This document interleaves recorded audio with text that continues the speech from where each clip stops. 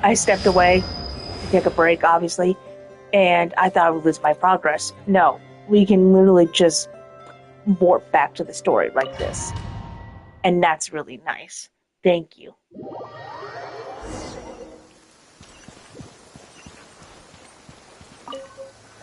Like I thought. Beyond a certain distance, we can't see the opening where we came in. Maybe that's to prevent people from escaping. Sounds like Dottore style to me. Not much has changed. Things are basically the same here as they were before the energy field appeared.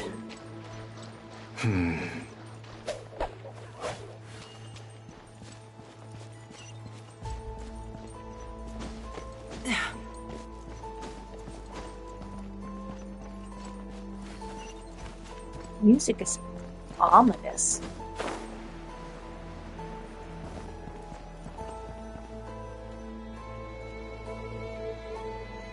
They have no heartbeats and they're not breathing. We can only assume they're dead. But there are no visible wounds.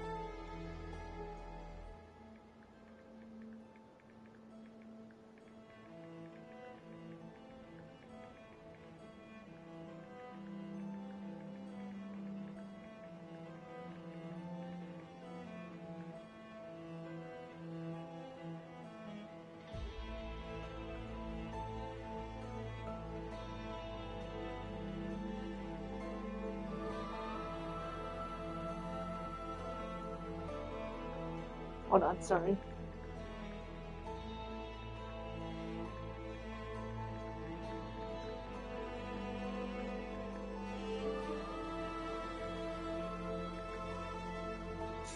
Also, there's an animal squatting next to each body. It's watching us. That's not an animal's gaze.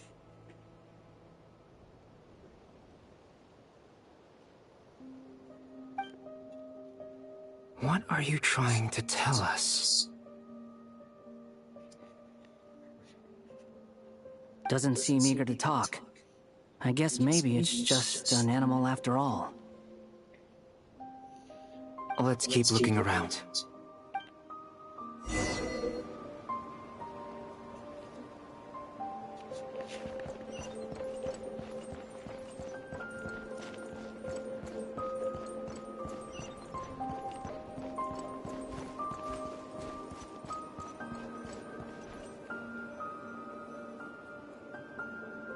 Same situation everywhere. Not a living soul in sight. Just countless bodies with animals standing watch over them. Well, I think we can safely rule out the possibility that they're all pets. Is skirting around the topic your way of showing consideration for other people's feelings? Just being cautious. I don't doubt that you can handle the truth.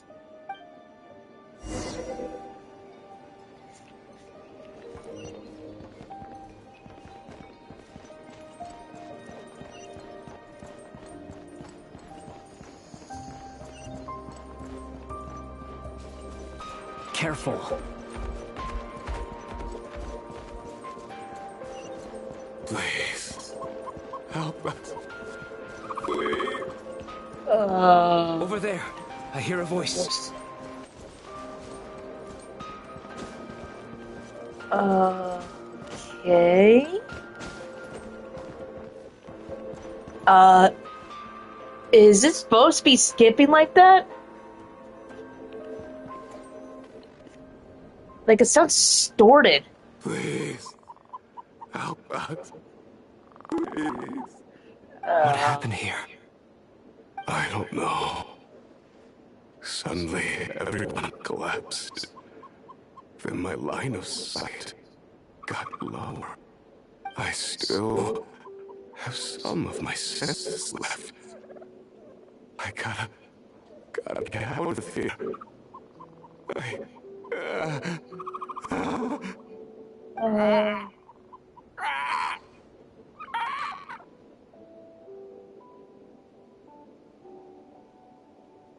Oh my It looks god, like there's a huge experiment going on inside this energy field. Did he sacrifice human lives? Maybe each energy field is its own giant experiment. No. Vile. He's swapping human minds with those of animals. Even without the other circumstances, this would be an extremely radical experiment. Those people may have lost their sense of selves, but they are not fully animals either. If they were, they would have left. But instead, their instincts are driving them to remain by their dead bodies. We should go. No sense in sticking around here longer than we need to. Agreed.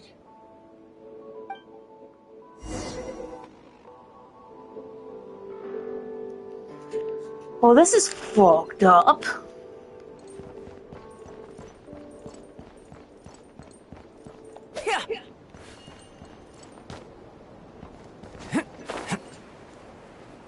Sorry, I don't like the Wanderer. He is just... eh.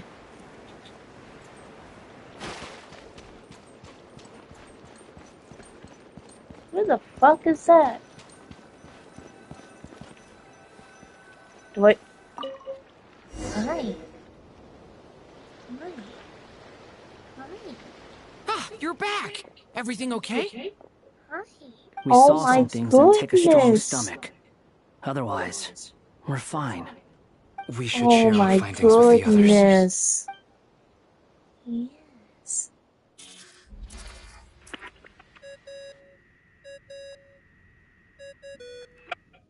Yes? Who is it?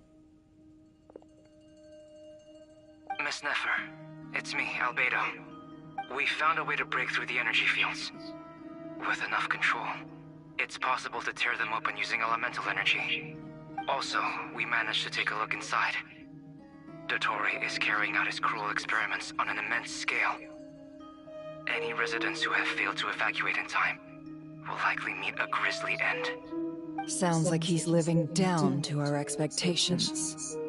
Might I ask how things are proceeding on your end? I'm just about to get started. I'll be in touch once I have a result.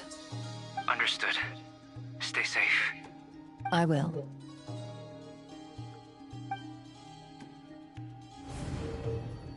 Well, Nefer, I'll link up with you once my tasks are complete. What makes you think I'd need you to do that? I'll need it.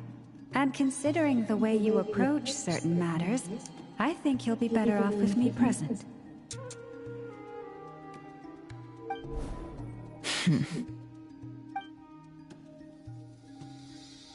Let's begin. Entering simulation mode. Oh no, not this shit. A vast wasteland. Is this the Traveler's inner world? I was expecting something more vibrant, to be honest. Wait, someone's there. What are you looking at? In that case, I'll look at it with you. I want to know all about everything you've seen and experienced. Is there somewhere I should return to? Or should I stay here and be the hero everyone says I am? I don't dislike my current life. Roaming the land, fighting battles, accomplishing missions, earning a living, looking after Paimon. It's not so bad. I guess the only thing that's missing is that you're not here with me. This is the conscious layer, which contains a person's true feelings. It is filled with both longing and kindness. I suppose anyone who lives long enough ends up wishing for someone who can't be there. Maybe it's the only way we can feel truly alive. Time to delve a little deeper.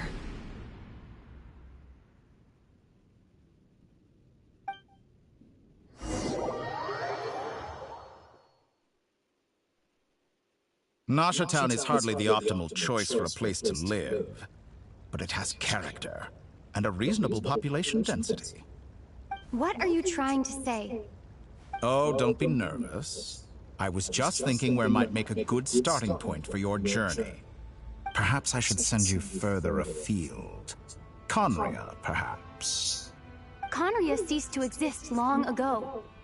Once again, you fail to understand the possibilities that the Tri-Lune creates. Anything that has existed in the past, I can now recreate. You simply do not wish to see that happen. That might be because you miss your sibling and fear getting answers that you are not ready to learn. But this is not for me to judge. If we are to collaborate, we need to maintain an amicable relationship. In a moment, you will be able to... Oh no. What are you...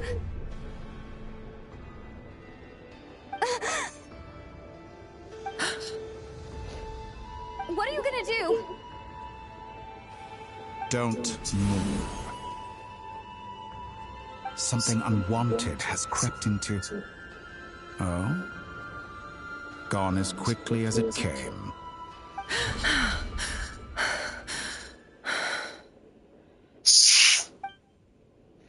Did you save me? If I hadn't cut the connection, Dottore might have caught you from the other side and destroyed you. This was a good idea, but once is plenty. Emotionally brave. Excellent work. Thanks, but now's not the time for that.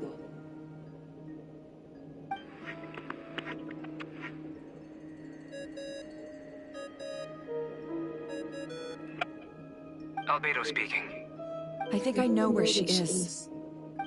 What is this endless darkness? I can't see anything, even though my eyes are wide open. But why? What happened? Ah. I take it you didn't notice. Just now, a friend of yours took a little peek into your mind. Could it be Nefer? How did she do it? Did she use something as a medium to connect to me? Do you think she's aware of your current circumstances?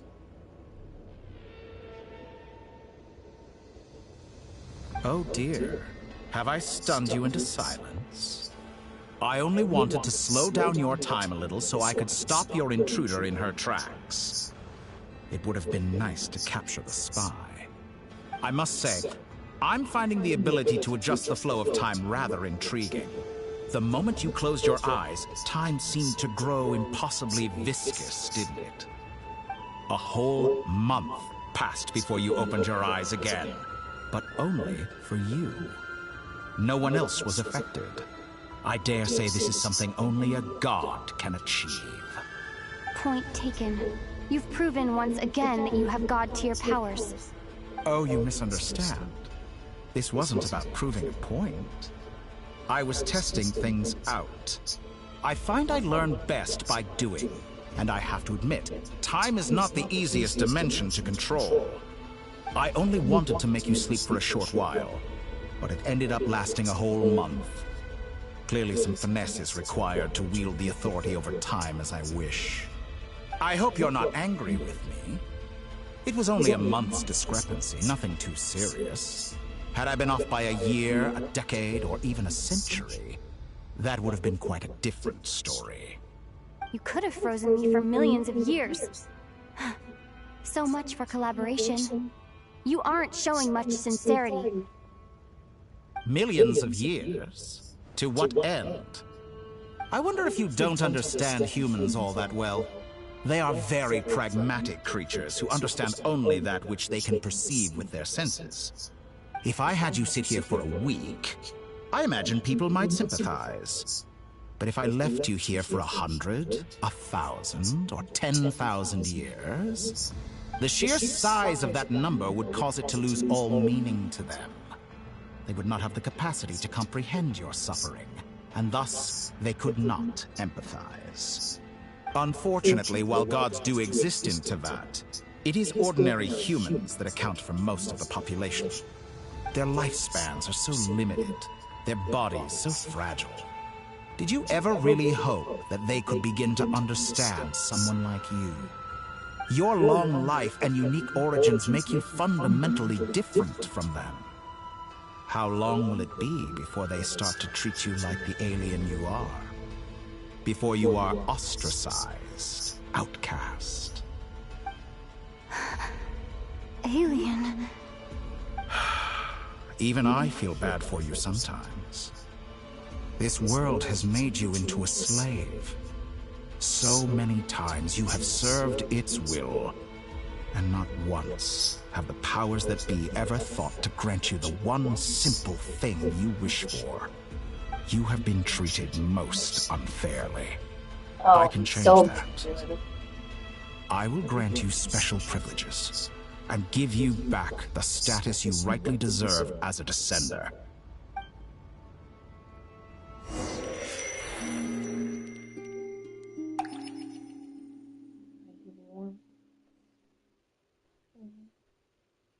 I've entered the past 3 times at this point, but I still have so many questions. For instance, beyond each point being further back in time than the last, what determines the specific locations at which I can make entry? So far, the common thread linking all 3 scenarios is that the Traveler has been present. But it's more than that. I know I sensed something familiar around her. What was it? I'll keep this question in mind as I carry on.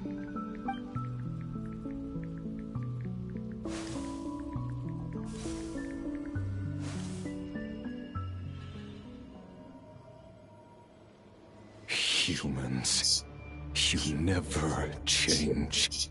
Always trying to use powers you neither comprehend nor control. This looks like Star Sand Shoal.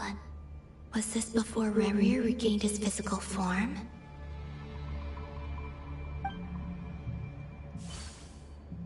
You've messed with the cannon again, huh?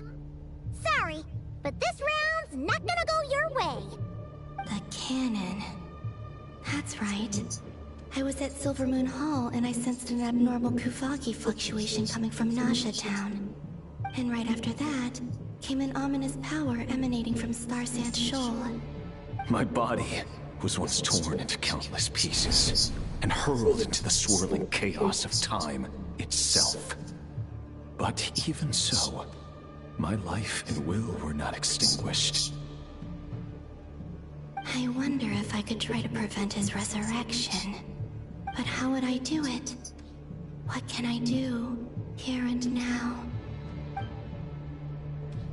Traveler! Behind you! Look at that light!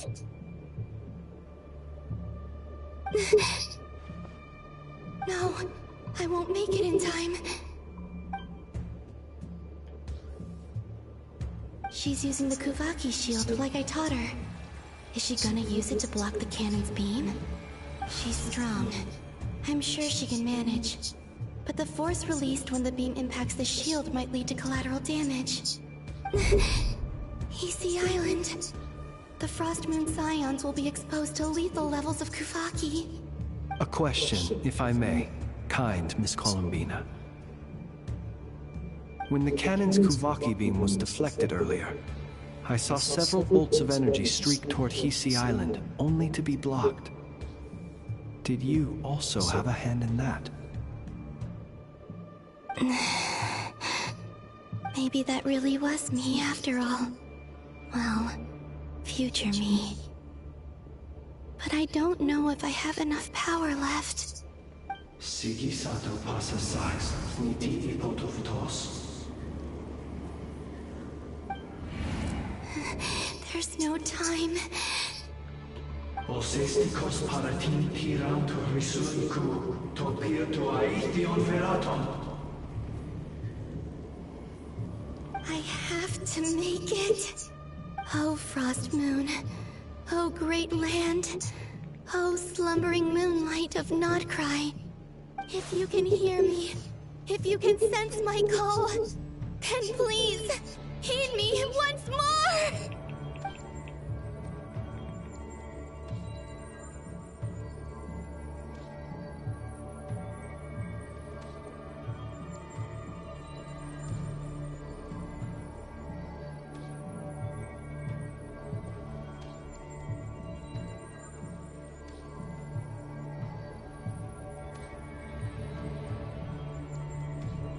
Oh shit, sorry.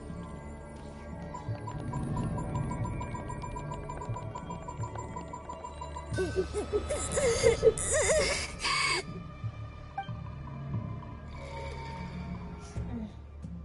it work?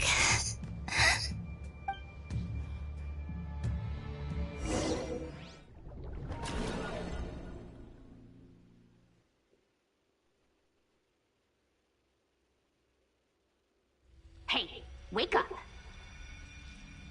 Hey, did you hear me? Columbina, I said wake up now! Oh, good morning, Sandrone. It's 3 in the afternoon, actually. And could you kindly not use my quarters as your personal nap room next time? But I feel so safe here. And your coffee, right? It's so bitter, but it smells lovely. It's like you were raised by wolves in a forest or something. What did you drink growing up? Grass tea? The Frost Moon Scions certainly led a more frugal existence than the Fatui. Then I'll bet you've never eaten one of these before. It smells delicious. That's because it's a Fontanian recipe. I had a little free time today, so I made a batch. Rosaline will be here shortly, but if you really can't wait, I guess you can go ahead and... Hey, at least let me finish before you start eating! Did the Frostmoon Scions not teach you basic table manners? Or did the rules not apply to you because you're the high and mighty moon goddess? These are so tasty. Of course they are. I made them. I was worried they might contain traces of machine oil. What?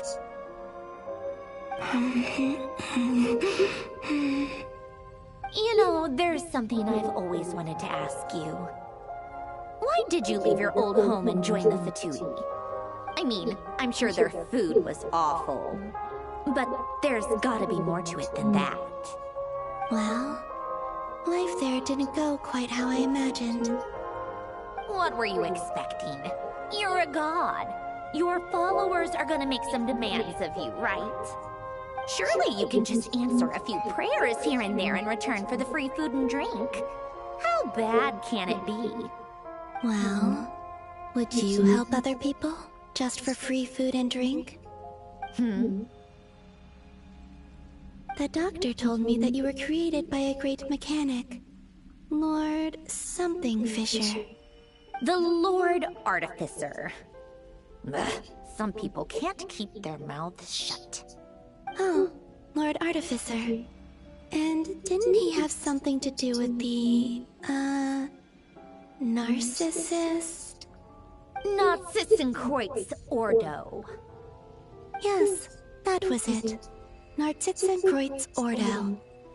So, would you try to fulfill their wishes? You must be joking. I wouldn't go even if they paid me. I don't even know them. Exactly. Well, I felt the same way. I did not know the people who made demands of me. Huh. What do you know? We're on the same page for once. In his later years, Alen did ask me if there was anything I wanted to do. If I had any wishes of my own. Well, I don't. And I'm not in any mood to fulfill someone else's either. Who's Alen?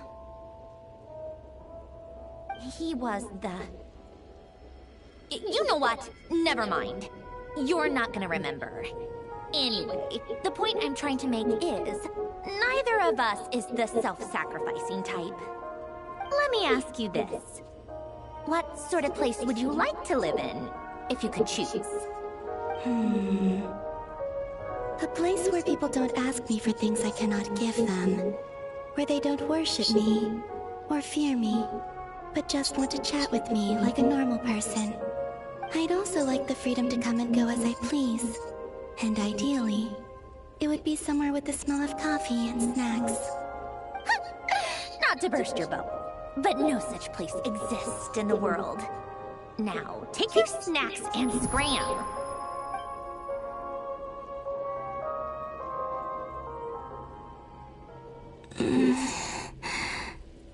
Did I pass out? Of course. I'm back here again.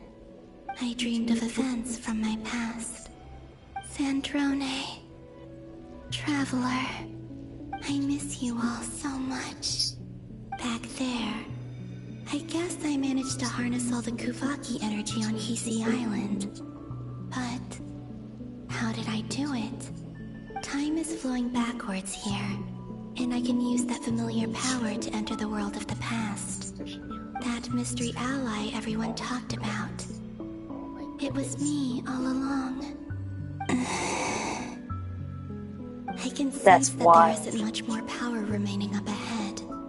What lies at the end of all of this? Will time keep flowing into the past? And will I ever find my way back?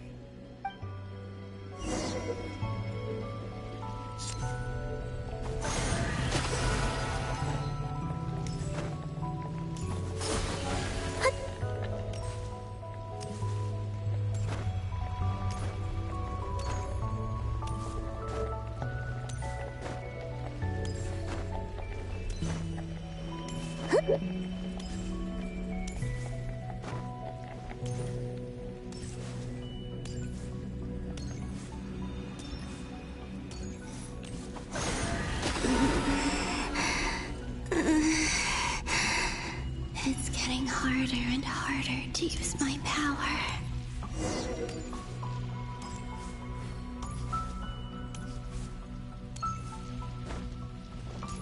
I'm no match for the Abyss in this state. I need to avoid the contaminated fragments.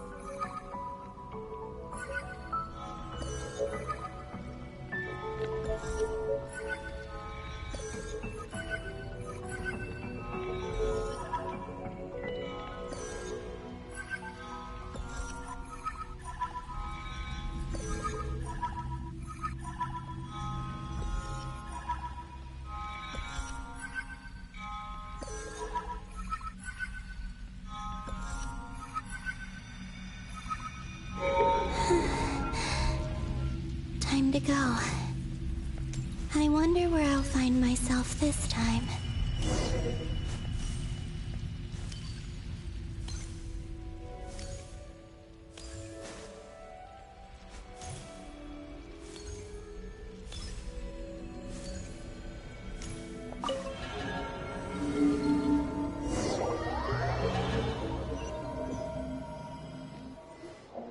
The Final Night Cemetery.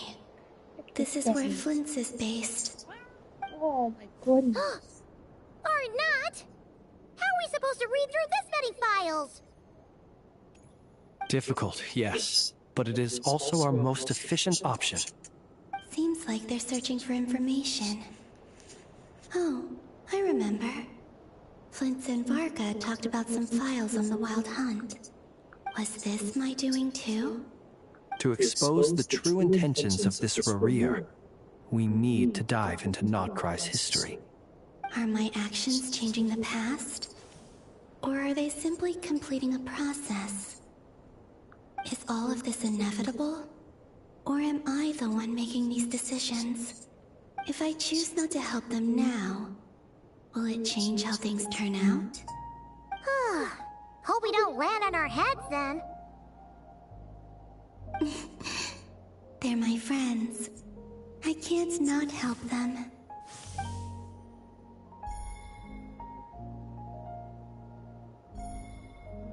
Ghost! And the other one was... here. Hey! Another file's moving!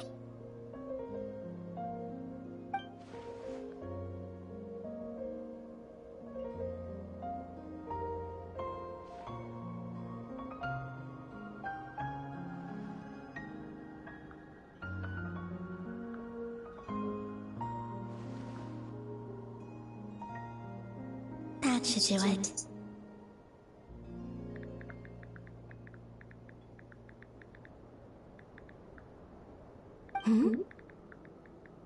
Luanatar? You can sense my presence? Wait!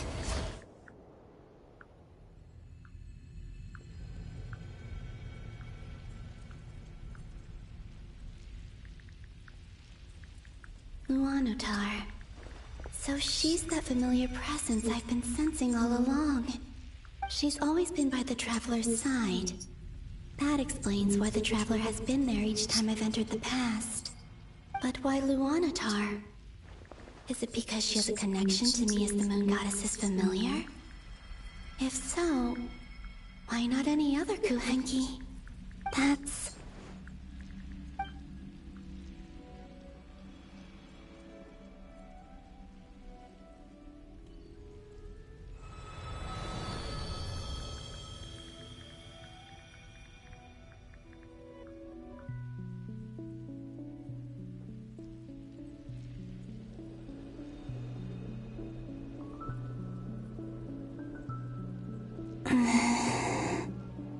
I cannot sense any power up ahead. Just a void, stretching out into infinity. This is likely my final chance to enter the past. It's now or never.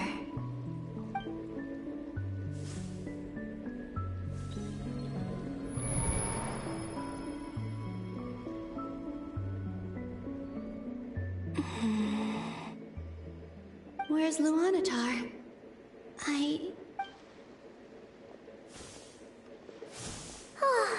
Seeing Enefa and Aino reunited like that sure was heartwarming. No. Stay calm. Think, Columbina. Oh wait, do I go back to Moon Prayer Night? And if I return in my current state, Dottoro's actions that day proved that he'd been planning that for a long time. He had already seized the power of 2 moon, even if I managed to get back.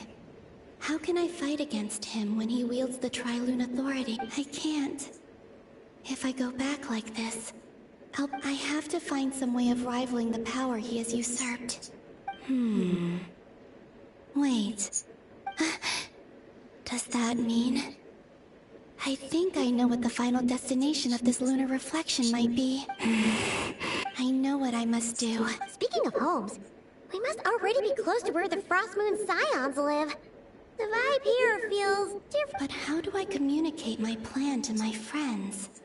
Should I write it down here? No. Someone else will see it. I need something with a close connection to me. Something I can use as a medium to tell them what's happened to me in here. Now it makes sense.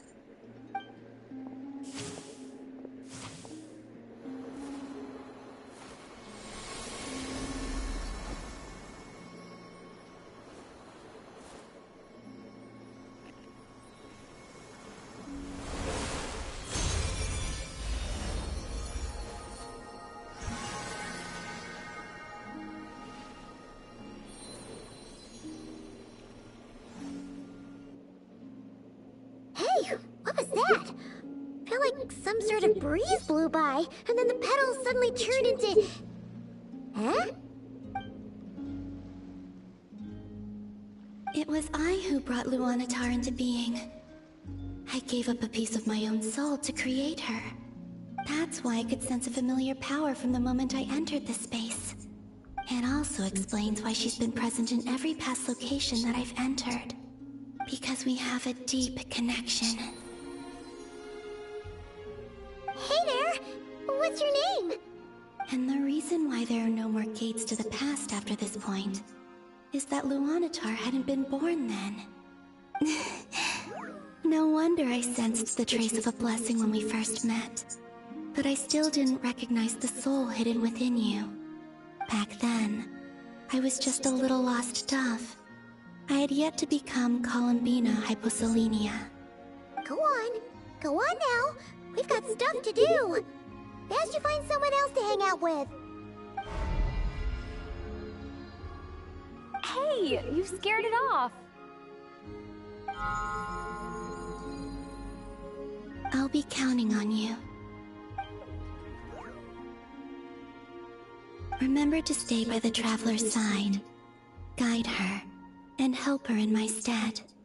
Oh, and bring her to the garden where the moon prayer blossoms grow. There's a little lost dove there who will need her help.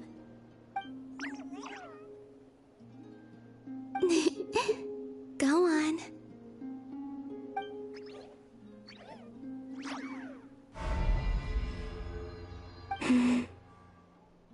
You too. Go and live your story. As for mine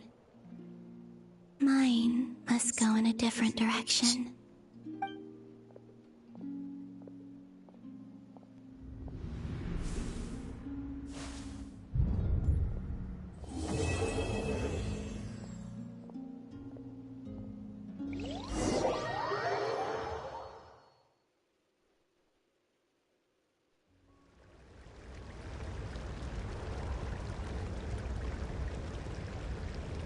How would you like to experience the thrill of never being held accountable for your actions?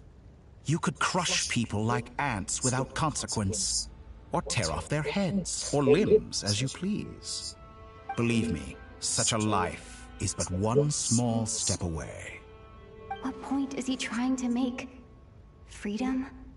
But the freedom to kill?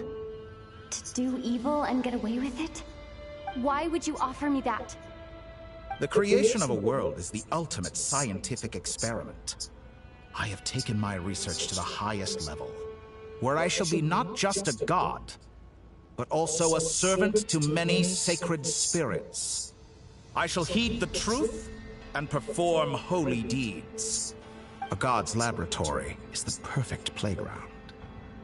But it needs the right occupant to explore its full potential. Mortals are found everywhere one looks.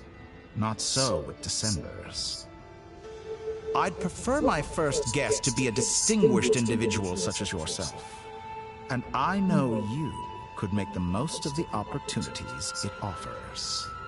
So the condition for entering the new world is to take innocent lives. The same dilemma that Rerir once faced. Could I really bring myself to kill others for my own benefit? Rerir did. And look where it got him. Have you made up your mind?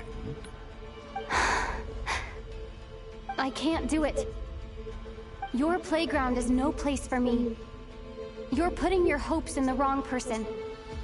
But we both know I'm not quite the hero you say I am either. I have my own reasons for the journey I'm on.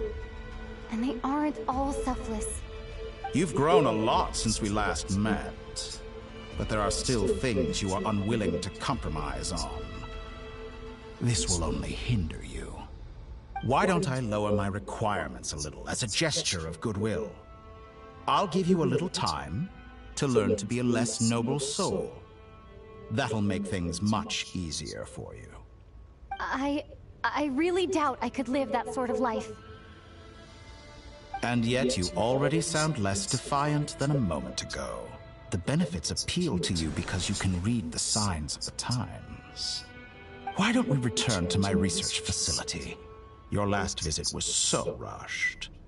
There is much that I have yet to show you.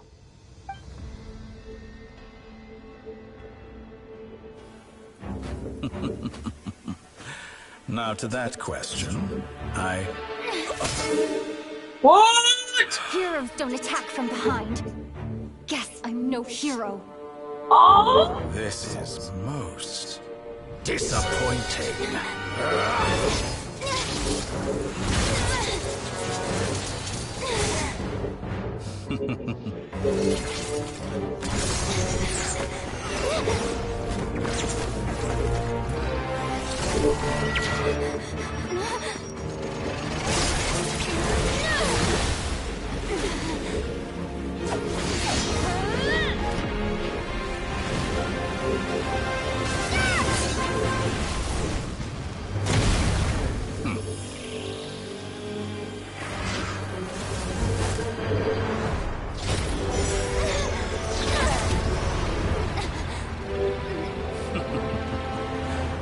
Now then.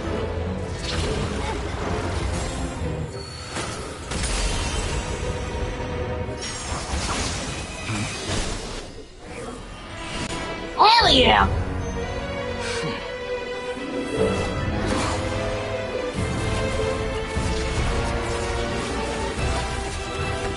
A new face. Interesting.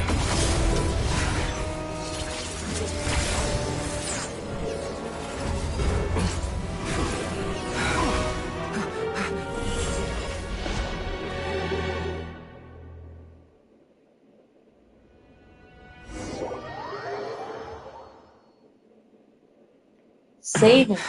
That's nice. You're still gonna call me Hat Guy after that, huh? I didn't see anyone else in there who needed saving.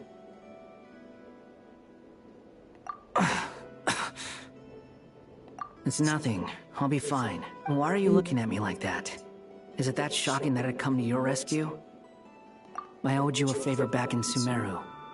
Now we're even. Distracting Dotori was tough. I won't lie. Ice. That was my one shot. Ugh. I never wanted to obliterate someone. Dotori doesn't recognize me. But his segments were originally made based on an analysis of my operational principles. I expect it's only a matter of time before he figures out what I am. So Dotori doesn't recognize Wanderer because he deleted himself from Irminsul. Did he really miss his only chance for revenge by saving me? Why the long face? Hey, I'm not blaming you, okay? And I'm not complaining either. Rescuing you and killing Dotori are equally important goals. Everyone would be pretty stuck without you. It's best you live to fight another day. How are you holding up? Hat Guy said to put safety first, so we agreed to run as far away as we could after leaving the energy field, and only meet up once it was safe. You don't look injured. It seems that Dotori didn't do anything to you. All right. Rescue operation complete. There's a lot more work to be... Oh. Okay.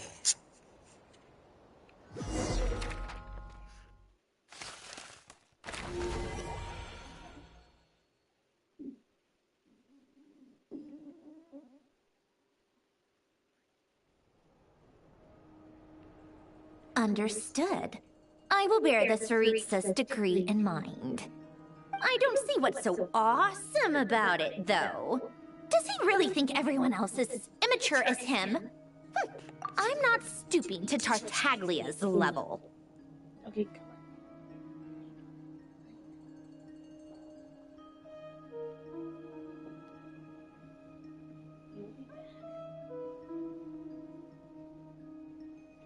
I'll be right back. I gotta take care of something.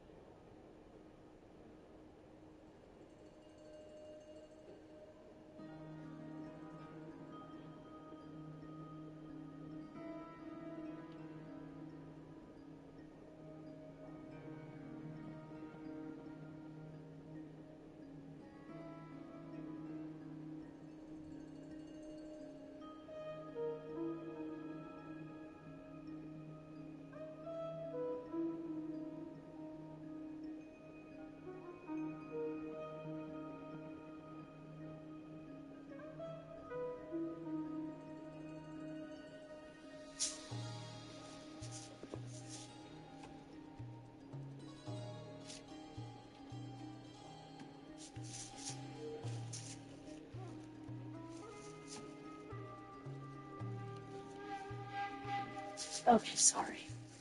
I'm back. I thought you might say that. How's your progress? Quite promising, actually. That alchemist Albedo gave me a few ideas. Remember how I asked you to look up some files for me? That stuff on the Nazissenkreuz Institute. Rene de Petrichor and Jakob Ingold. Alain Guillotin despised Rene's theories and methods, but he never managed to come up with better alternatives either. So I adopted some of Rene's ideas. I thought Alain was like a father to you. He and Rene were mortal enemies, were they not? And what would you say if Lenny and his friends one day learned something useful from someone you utterly detested? I would applaud them for it. That would mean that they have surpassed me. For all we know, Alain Guillotin might have thought the same thing. Not that it matters, though. He's dead, and I'm alive. So it's my call to make. Once you die, it doesn't matter how great you were in life. Only the living get to decide what happens next. Hey, come on out. They're back. Huh?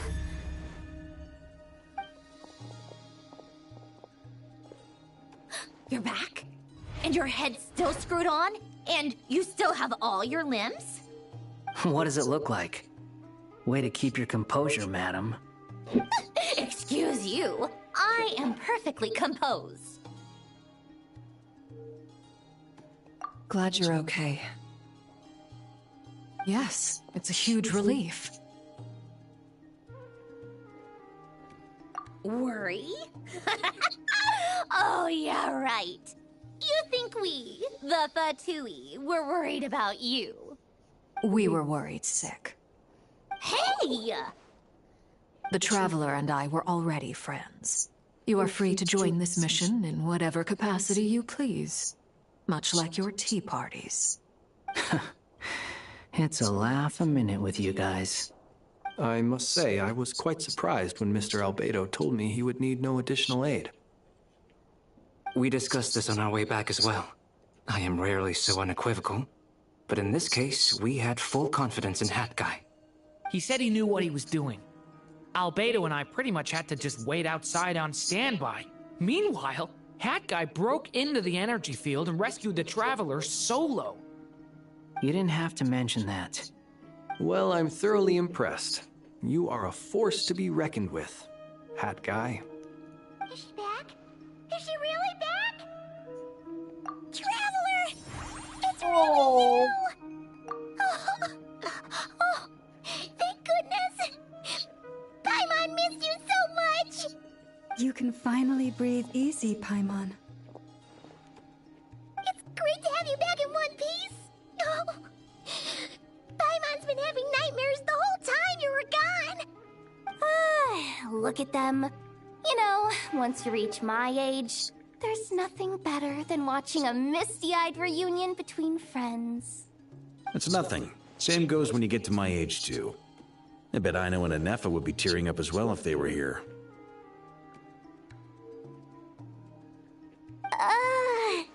Varka, I'm not sure Anefa can cry. Oh, yeah, good point. Hey, your eyes are looking a little red and puffy.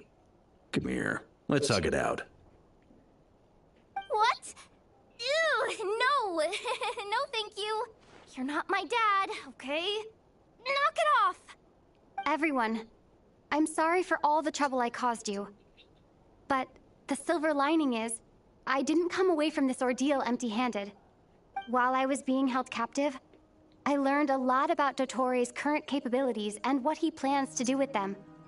Allow me to explain.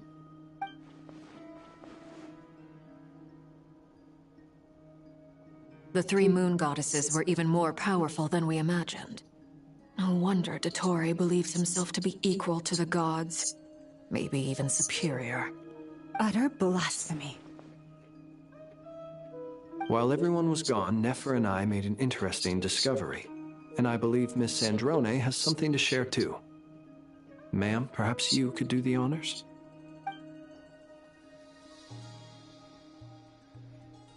Called it. Getting rid of a pesky troublemaker like her is like trying to clean up after a crumbly cake. It always comes back to... Our next step is to find a way to bring her back. A place where time flows backwards, with no destination in sight. Surely it must have been created for a specific purpose.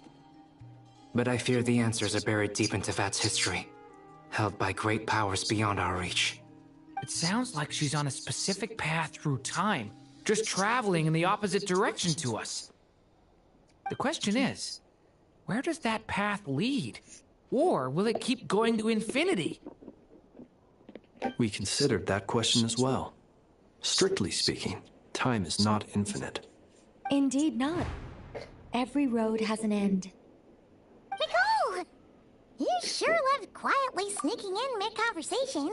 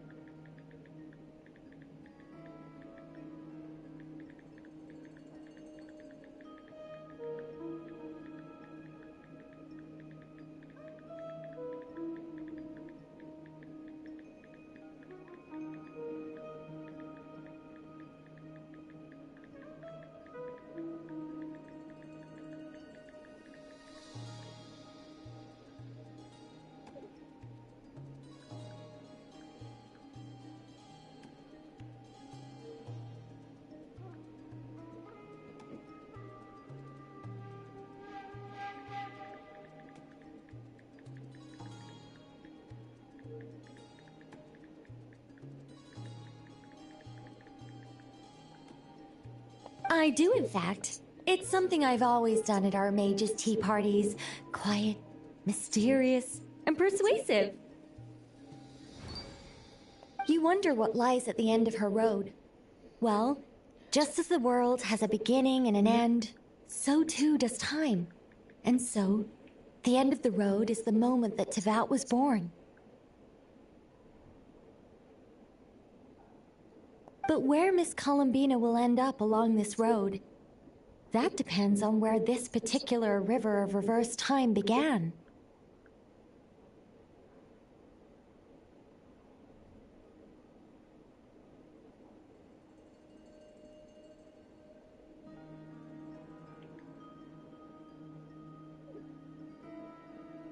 What about the original moons and the moon goddesses? Do they have a beginning too? All things do. In the beginning, no moons adorned the sky. It was the Dragon King Nibelung who raised the 3 moons into the heavens, and thus were the moon goddesses born. They were shadows of the planet, born to wield Nibelung's authority and oversee the world on his behalf. They were extensions of his will, manifestations of his majesty. But then one day, they disappeared just as suddenly as they had once been brought into being. Nobody knew where they had gone.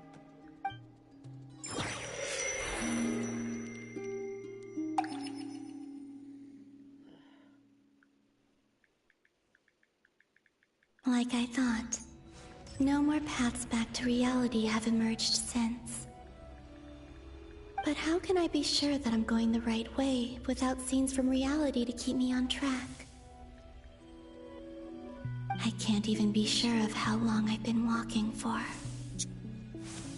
The further I travel, the less stable this space becomes.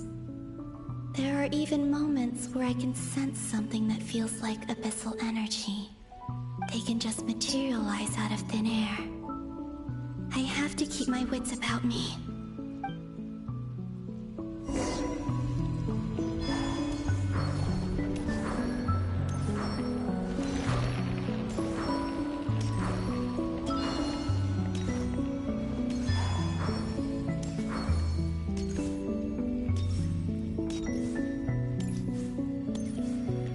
Sorry, I got distracted. I was. Yep.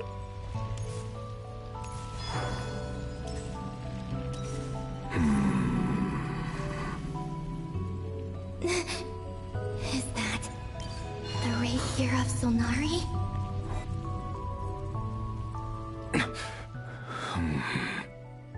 You are the moon goddess. But how? Please, there's no need. I'm not interested in fighting anymore. I find that a little difficult to believe. Yeah. Honestly, so do I. The way you used my own power against me was... It was a brilliant strategy. And then, in the final moment before I was thrown into this space, I got to see an old friend. Mr. Dainsleif. Right. It was so long ago now. But we were friends once. When I first got here, I was filled with hatred, remorse, and rage. How I cursed and devoured. I tore everything here apart. I was consumed by the desire to leave this place and have my vengeance. But to no avail. This is a place with no exit. This is the second time I've entered this space. Though I have no memory of the first. I was torn to shreds the moment I entered. But this time I survived. It must be partly because of this new body. And partly because of all the Kuvaki I absorbed in Krai. Are you the source of the abyssal power in here? Not all of it. Some is from when I first arrived here and tried to destroy everything. But there was already a degree of abyssal power here before I entered. And like a venomous snake baking in the merciless sun, it tried to slither into my shadow. Tried to? So, you rejected it? Yes. Because after that, the world suddenly became silent for a moment. What do you mean? The voices in my head, they were gone. And then I saw her. Her? Thalindis. My former lover. Never mentioned that she saw a memory of Thalindis leaping into the moon's reflection. More precisely, I saw her afterimage. I'm sure the real her is long gone. She was just an ordinary Conrian. She couldn't have survived here for very long. Anyway, why have you come here? Didn't you know it was a dead end? If I hadn't escaped through the moon gate, my friends would have been in far greater danger. Oh, I see. Because of your power. The power of a moon goddess. What? You'd like to know how I know, wouldn't you? The one who resurrected me said so. I could hear deep lust for power in his voice. Do you mean... Dottore? Dottore. So that's what he's called. He'd been collecting fragments of my body for a long time. All so that he could resurrect me at the moment of his choosing. I had no interest in his research. But being as corroded by the abyss as I was, we were aligned as far as hunting the moons and recovering my strength were concerned. So that's why the Wild Hunt suddenly became so active in Krai. When I left the Fatui in my weakened state, Dottore must have felt that his time had come. Moon Goddess, could I ask a favor of you? What? I know this is a lot to ask, especially from someone who tried to kill you. If you refuse, I won't fight it. But this is the only thing I desire now. Nothing else matters. What do you want? I'd like you to take a message to Thalindis for me.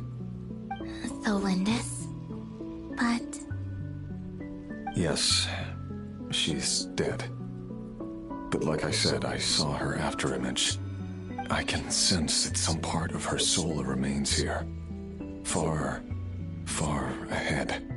Why don't you go and speak to her yourself? I can't. I don't know why, but I can't move freely in this space as you can. All I can see is a glimpse of her, walking away. Just like the moment when I last saw her in life. In return, I will clear these abyssal obstacles for you. No, not in return. I'll clear them for you. Whether you want to help me or not. It feels like something I ought to do. Why? Yeah. Why, indeed. I've been asking myself that question a lot recently. Why did I do the things I did? I'm tired of it all. Tired of the person I became. People used me. And then I turned around and started using others. I hurt a lot of people. I think I grew tired of it long ago. But I wouldn't admit it to myself. And ultimately, that's how I ended up here. What do you wish to tell her? All of it. My past. My mistakes. Everything that happened after we were separated. Is it okay if I give her the abridged version? Yeah, I'm sure there's plenty you can skip over. Just tell her the important parts. Whatever you think that means. Like the part where you relentlessly tried to kill us? It's up to you. Love demands honesty.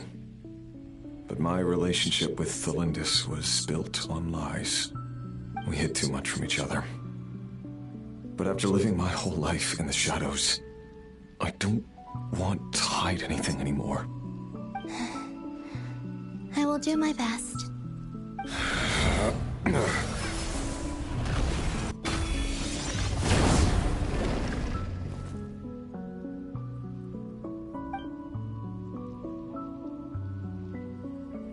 There. The abyss will no longer stand in your way. Even though Mr. Dainsleif felt he had to fight you, I think he still regarded you as a friend. Dane? He said that you betrayed him. But he also felt great remorse at never having understood what you were truly going through. Why tell me this? Because... if he'd known that someone could take a message to you, I believe that's what he would have said. Thank you. It means a lot. I know this will sound strange coming from me, but... don't die, Moon Goddess.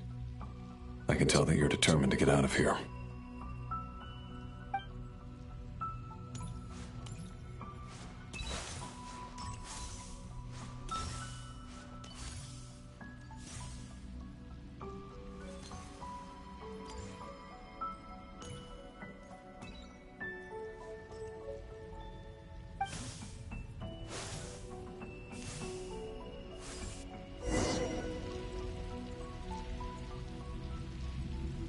He kept his word. The abyss is no longer obstructing my path.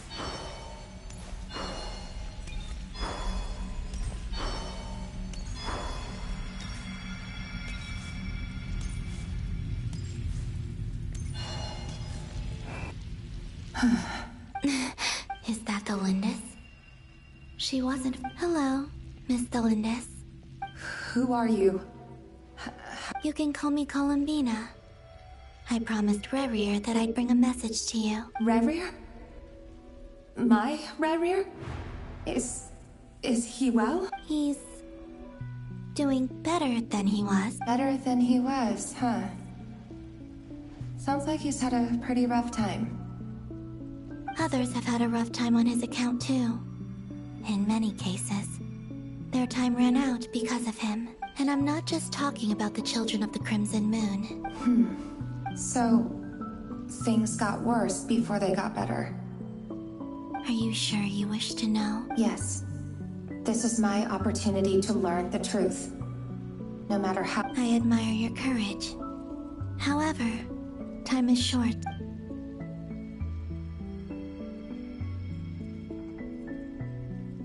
Rarier had seeds of hatred in his heart, and many people nursed them for their own ends. On some level, everything he did was to try and find a way to see you, but in the end, he came to regret his mistakes. He wanted to apologize. Beyond that, he did not say specifically what it was he wished to convey to you, but I'm sure that you've always been— I'm sorry, Miss Columbina. It's all right. Well, that's everything. Wait. Time flows backwards here.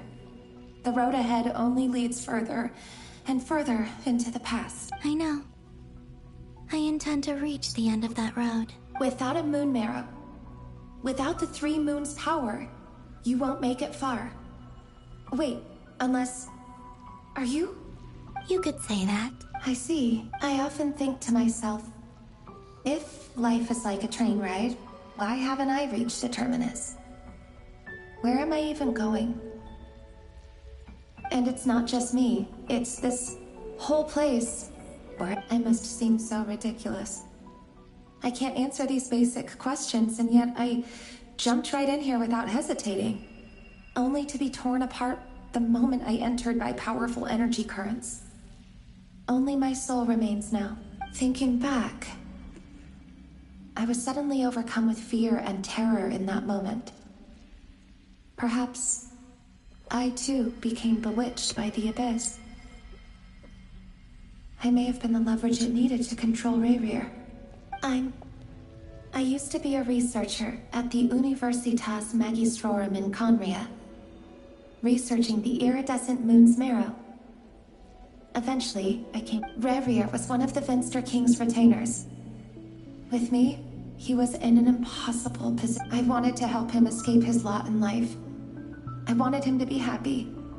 So I thought I'd use this place to return to— At the time, I thought I could just go back to the day that the Venster King first found the prince. It was only after meeting the prince that the Venster King started going too far with his research into the abyss. That was the day all of our woes began. I thought I could stop the king from ever meeting him and solve everything. I couldn't kill the Venster King himself, so I had to find another way to save Rayrear.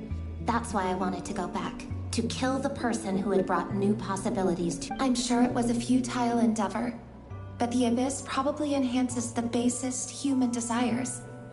So I naively hoped I could change everything, but I was simply too weak. Like a speck of dust against the whole universe. Look at me. I didn't even survive the journey here. I know I'm never getting out of here. But you're different.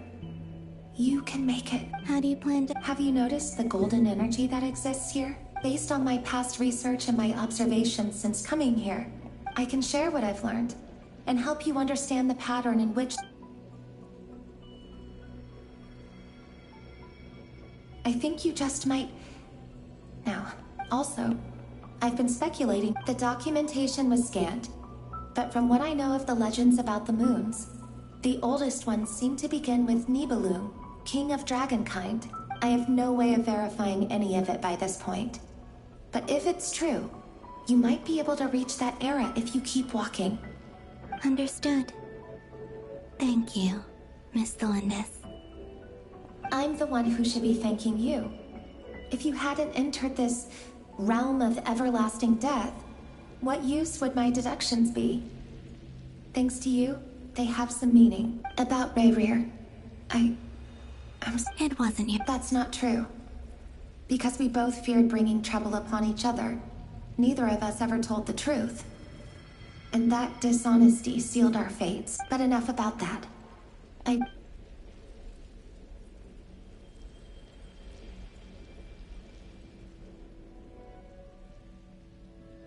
And may the outside world never have to experience pain like... Rerir? You're there, aren't you? I cannot see you, because you exist in the future. I expect we'll be trapped in this prison of space-time for all That eternity. is tragic. But please, gaze upon the past, and then sit for a while. Let's find a place to sit down together, just like we did when we first met.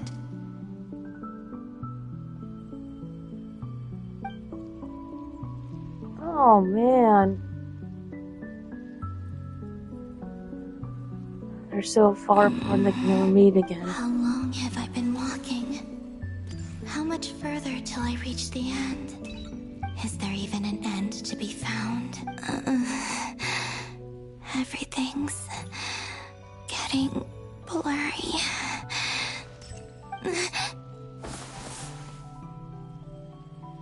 Huh? Are you all right, little sister? Have you come from the distant future?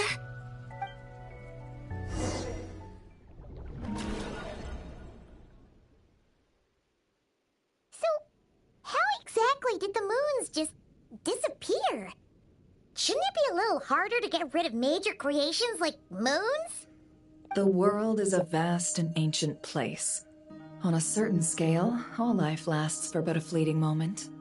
Miss Nicole explained that the moon goddesses likely perished in the War of Funerary Flame. The moons themselves were also destroyed at that time, save for the Frost Moon, from which a new moon goddess was later born. Am I missing something then? 'Cause the stories say that the moon goddesses were born on the moon, but doesn't Columbina say she was born in Krai? Huh, you're right! Why do their birthplaces differ? What's the difference between the two generations of moon goddesses? Also, remember what Sandrone said? Her scans detected 4 moons. In other words, 4 moon marrows. Technically, the result of the scan means that 4 moon marrows were detected and positively identified as moons in that moment. In other words, this piece of information alone isn't enough for us to know how Miss Columbina is doing right now. Yep, we have no way of staying up to date on whether she's dead or alive. She's on her own for now. But at least she's trying her best to get back to us. Yeah. She's a tough cookie. And a sore loser, too. We have to trust that she'll find a way. Because we really need her power. As much as it pains me to say it, we've got no chance of beating Dottore in a straight-up fight. He's much too powerful. It wouldn't even be close. That maniac is going to devour everything in his path until he reaches us. We need to find someone or something that can stop him before he does anything worse. I'll be frank. Our only hope of defeating this false god is with a real moon goddess on our side. I'm not just saying this because Columbina's a friend and I want her back safe and sound. It's just the truth. And I know that even she was no match for him when he attacked, but I don't have a better solution. We're not giving up on saving her, whether she can defeat Dottore or not. Right. Don't worry, Miss Sandrone. We're all aligned on saving Columbina. No one's trying to argue that we can only justify saving our friend because it will help save the world. This is about multitasking. We want to save both. So, she's more than just a moon goddess to you guys? Absolutely. Duh! She's part of the gang! And you are too, you know. Yes, I know. You don't need to labor the point. I knew that the moment I came running over with my documents that I was part of the in-group. I mean, if Arlecchino can fit in, I certainly can. Anyway, as for how we get Columbina back, I've been working on it constantly. But I think I'm still lacking certain information about the moon. I'd probably get there if I could continue my calculations, but the problem is, I've run out of computing power.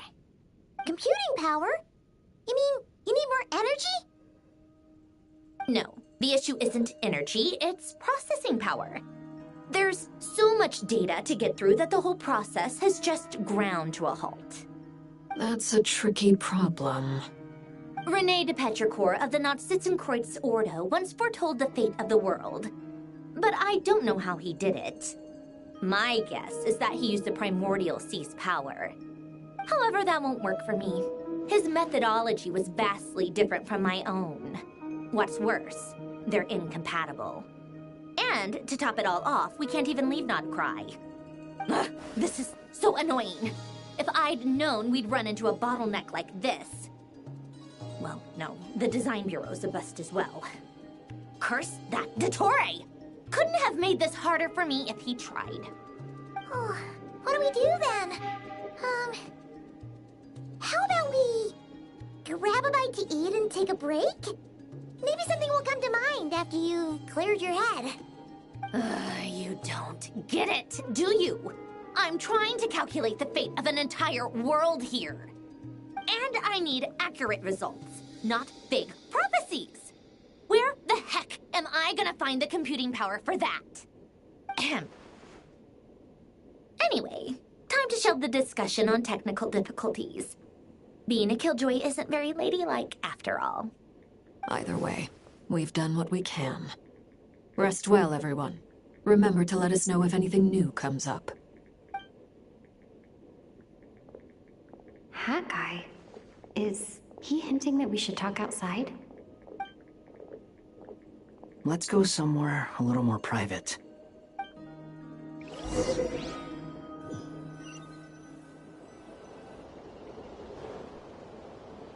You know that Dory went back to Sumeru, right? Yeah. She mentioned she was planning to head back. Things aren't looking good for Krai. She's gone to spread the word so that Sumeru has a chance to prepare for the worst.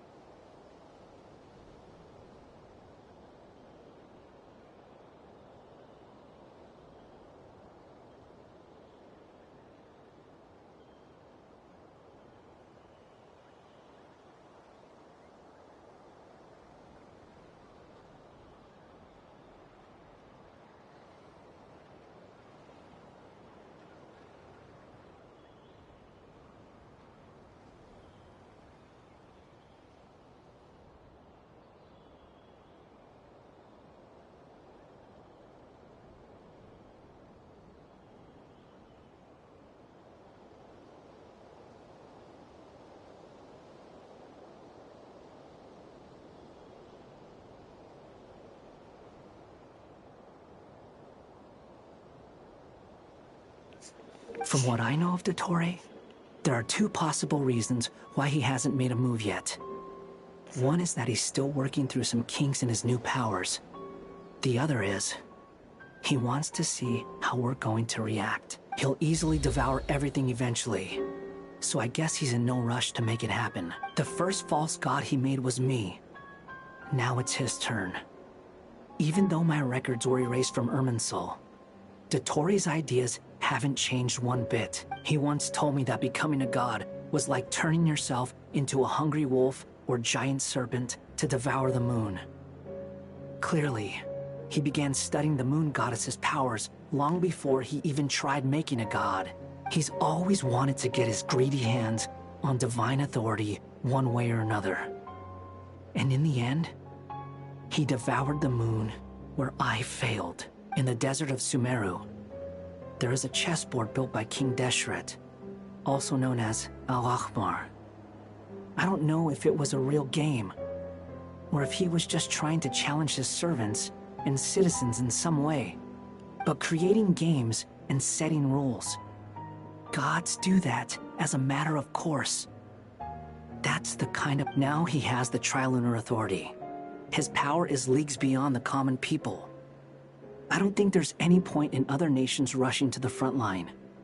They're better off focusing on defense and hoping they can fend. Either way, Dori will inform Lesser Lord Kusanali, and she will contact the Seven. Will have some recourse available.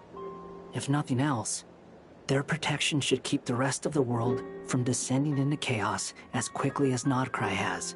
So on the bright side, even if Nodcry is doomed, your friends in other nations won't be in any immediate peril. That's good to know. But I'm not ready to give up on Nodcry yet. There's a word for people who refuse to let anything go. It's called being greedy. Maybe it sounds greedy to you, and probably naive too. But whatever you call it, that's what gives me the determination to keep fighting. Battles are fleeting, but the will to fight is a long-term commitment. Give up for even a moment, and your resolve will shatter. Why do you always feel the need to do the right thing? I mean, who's gonna criticize you if you fail, or give up? Don't take this the wrong way, but Dottore said something similar to me. I guess the Fatui attracts people who don't believe in saviors. Not necessarily. It's less about belief for me. I just want to know how determined you really are. After all, I don't owe anything to anyone else here. You look kinda worried. If your arch-nemesis was about to achieve their ultimate goal, I think... That's true. Dottore is about to become an omniscient, omnipotent deity. That's gotta be a bitter pill to swallow. Still, you're calmer than I expected. Obviously, I have to admit that my past self was a reckless fool who misunderstood not only the point of revenge, but how to achieve it. And as much as I want my vengeance, I know I'm not gonna get it by acting alone. Too bad it never taught me any other virtues, though. So, what's your plan? I'll get to that. First. Just like Paimon said, she's a friend, part of the gang. How much do you trust her? This is a serious question. Although she's with the Fatui, she has her own values, and she's helped us a lot. If nothing else, she's clearly going the extra mile for Columbina. I see no reason not to trust her. If you say so. In that case, the three of us need to talk. I have some thoughts about her computing problem. It can be solved. How much? If I can afford it, I'll cover it. Sometimes your heroism really backs me into a corner. You know, come on. Let's go talk to her.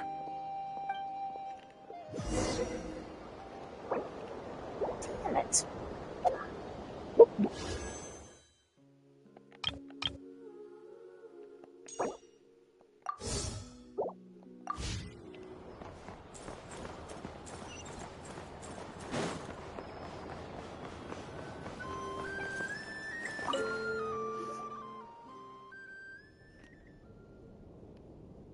Miss Androne, Traveler. Hey there. Paimon's here too! She was just helping them sort through their... That was fast. The call only just ended. Well, you said it was urgent. Albedo, I have some alchemy questions for you. I see. Looks like my knowledge proved useful after all.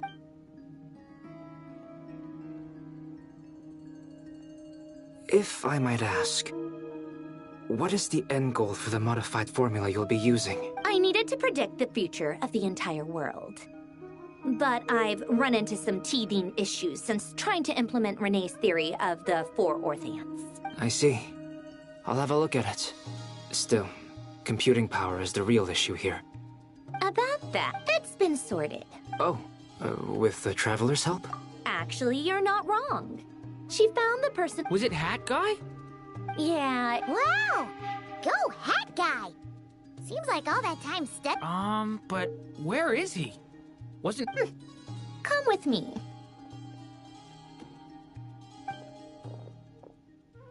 Hat Guy? What's— Hat Guy! Can you hear us? No response. I get— Hat Guy mentioned that he was a puppet. It seems that his functions are currently shut down. I presume this has something to do with the solution to— That's right. He and the Traveler came to see me. Wait, what? You have a solution? Would you calm down? Why do you— Excuse me? How would you know? You shouldn't be so quick. Oh, please. It doesn't take that long to figure out that— Where does a mere student get that kind of confidence? I've actually published more papers than you. Not that status counts for much. Even Paimon's applied for academia admission. Huh? Are you serious? See? This is why I can't be bothered to explain myself. Okay, fine. I'll hear you out. So, tell me, how do you propose to solve my computing power problem? This world itself is constantly processing all kinds of information. If it's the world's future you're trying to calculate, you need a process— Easier said than done. Only Irminsul can handle that kind of— Wait, is that what you're suggesting? But surely we— You should be able to tell that I'm not human. Yeah, I noticed. The technology, though, seems pretty ancient. Conrian, to be precise. I'm what they would have called a puppets need an energy source and processing power. You? The Traveler and I have talked it over. She's willing to vouch for you. So, it was built using wood from a silver-white tree, which makes it a small part of Irminsul. Conrian technology and Irminsul wood. Are you sure about this? A puppet without its core will cease functioning completely. And if it's left in that state for too long, it might not recover. You could die if you do this. I can put 2 and 2 together. Yeah. I won't lie to you. This has never been done before. Doesn't matter. Did you two actually talk this through? Yes, we discussed it. The bottom line is, he trusts me and I trust you. Let's give it a shot, shall we? Honestly, I have no clue where this kid even came from. But for whatever reason, he lent me his core to use in my formula. I'm very close to finishing my calculations now, and the core is currently in use. So I'm sorry, but I can only show you a sketch right now. This is what the core looks like. A silver-white branch. It certainly— Is Hat Guy gonna be okay? He's not gonna die, right? In theory, he should be fine. As long beyond that, all I can say is that I'll try my best to avoid risk and make sure the core doesn't sustain any damage. I think I know why you called us here now. Someone needs to watch over his body and make sure it's protected until the process completes. Correct. He said that the only ones he trusts here are you two, and the Traveler. And the Traveler will have other work to do. He will have our undivided attention. Aww. On a more positive note, things are progressing steadily on my end. I'll call everyone in for a meeting once the results are out.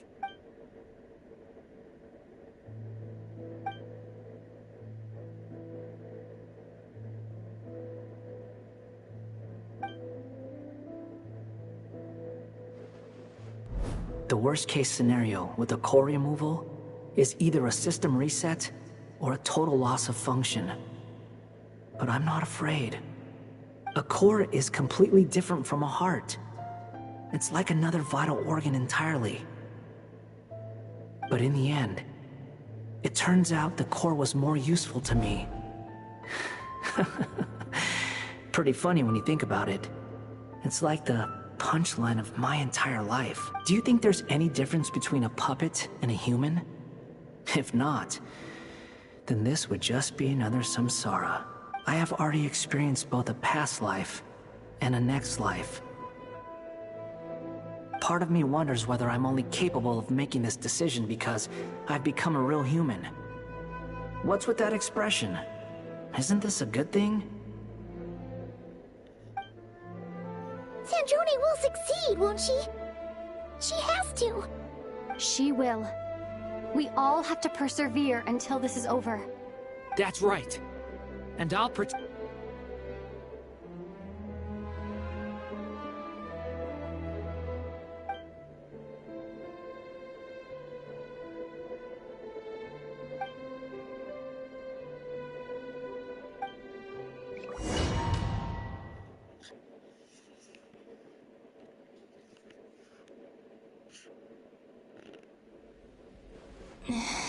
Call me Sonnet. You have the same power as Canon. Sonnet. So, you're the goddess of the iridescent moon? Oh, goodness! You recognize me? Columbina. Columbina Hyposelenia. Hyposelenia? What a lovely name. It was a joint effort between me and my friends. Friends? You mean your... Huh? Oh, sorry. You must be exhausted. I apologize. Hank, do you mean the other two moon goddesses? Arya and Canon? Wow, you sure know a lot. Hey. Oh, I guess that wasn't the best. It's alright. We were prepared for that possibility. You could say we were too prepared. I can't even remember. When did you get here? How long has it been? Oh, come on.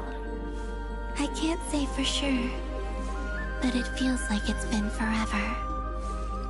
I see. Are you feeling alright?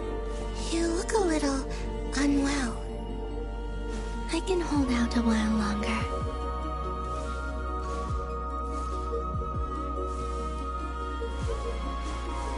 We don't have far to go. The place where my sisters and I are based is just up ahead. Don't worry, they're both really nice. I'll introduce you.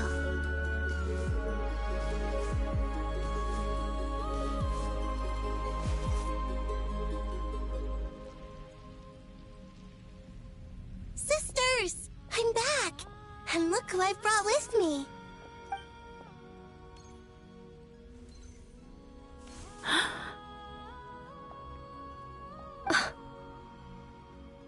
It's our lovely little sister, born in the far future. The pleasure is all.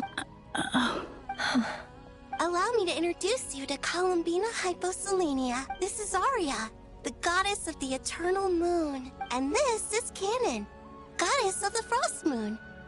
Canon, don't you think Hyposelenia's power... Hello, Columbina. I apologize for our startled reaction just now. And please... It's fine. You seem shy. Don't worry, Columbina Hyposelenia. No one can hurt you here. Could you tell me where here is? Please. I must know. This is where Tevat's original ruler, the Dragon King Nibelung, imprisoned the moon goddesses. What? You're scaring her, Canon. No, please. Continue. Nibelung, our original master, created us in the distant past to maintain Tevat. But he left this world and traveled into the dark universe beyond, to explore worlds vaster still. Day and night, we fulfilled our duty in the heavens, until the day that the first descender arrived. The great ruler of the firmament. The heavenly principles. Is that what later generations call them? I see.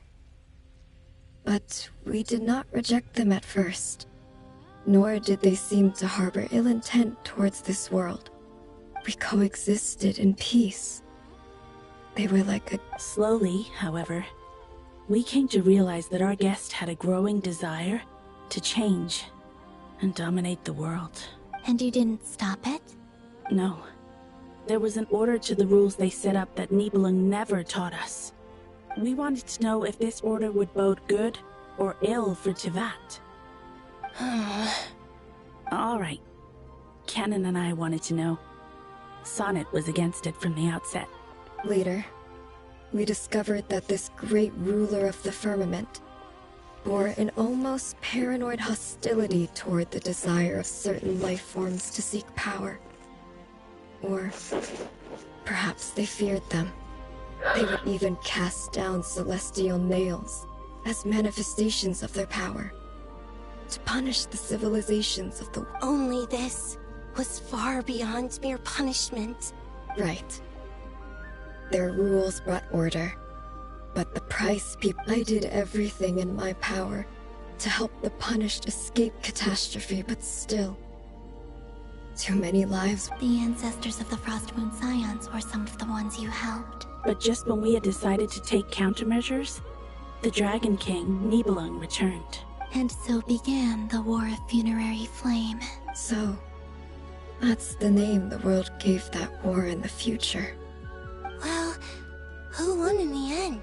As far as I know, the Heavenly Principles won, although it came at a great cost. They remained in Tivat, where they continue to rule to this day.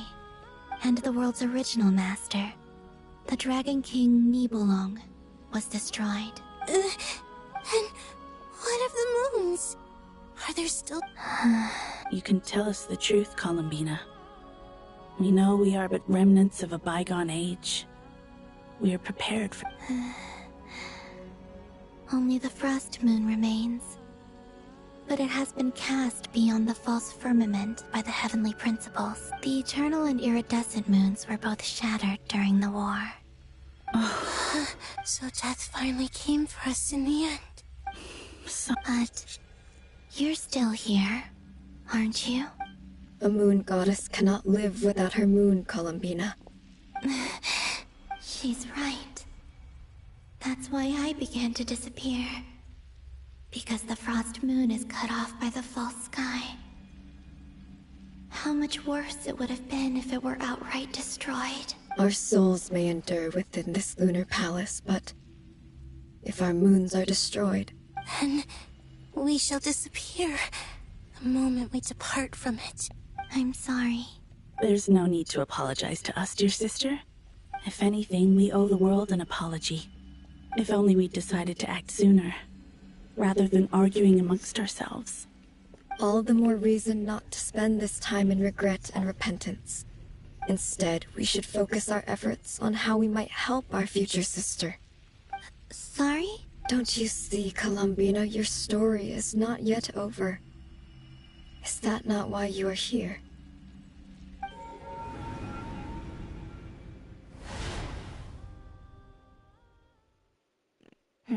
It's done. Initiate numerological array.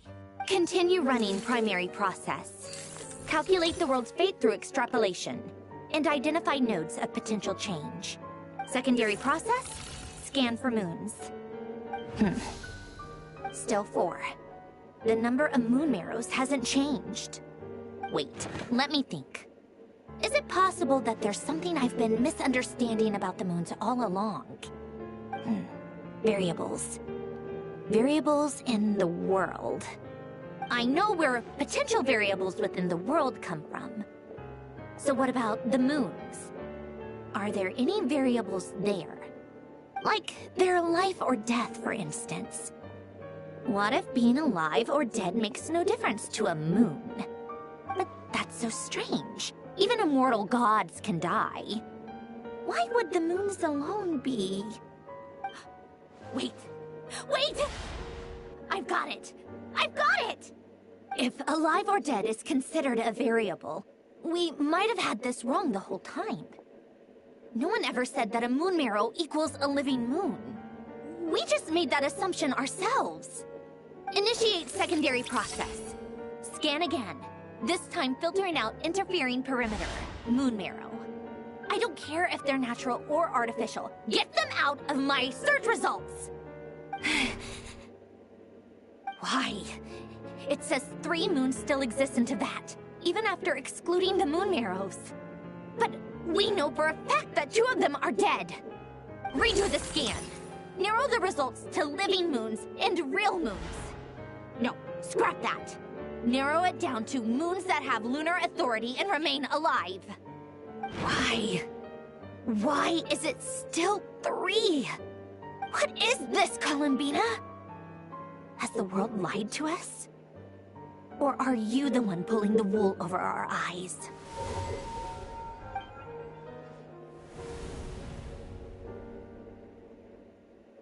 So, you think that the moon's reflection might be where Nibelung imprisoned the 3 moon sisters? Yes, it would explain a lot, such as why that space would respond to a moon goddess's power, opening the moon gate at her command. It would also explain why Miss Columbina has been unable to leave, and why time flows in reverse there. In the messages she sent, Columbina promised us she'd find a way to return. But we have no way of knowing how, when, or where this might happen. The fact that she still has yet to reappear in this world indicates that returning from that place is no easy feat. We cannot afford to simply wait for her. So you're saying, if she could return by her own power alone, she would have done so long ago? Yes, she certainly wouldn't leave it to this late stage when it's so touch and go. I've been giving this some thought, and I've come to believe that Luanatar might be an anchor that she left behind, as a sort of future waypoint. This could also explain why Luanatar is always by the Traveler's side. Sounds like a plausible theory. If that's the case, there must be some criteria we need to fulfill to allow Columbina to return to the present. The question is, what could they be?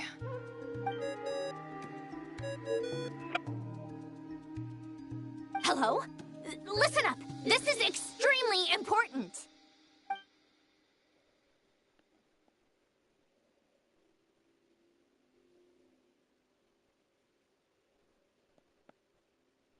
Not only is Columbina alive, but she may well exist in a form unimaginable to us. I'm still unclear on the details, but she's done something truly inconceivable in the past. And the clue to what she's done lies in the moon and Teyvat sky. Truly amazing. Oh, I'm so delighted for her. I'm sure we all feel the same.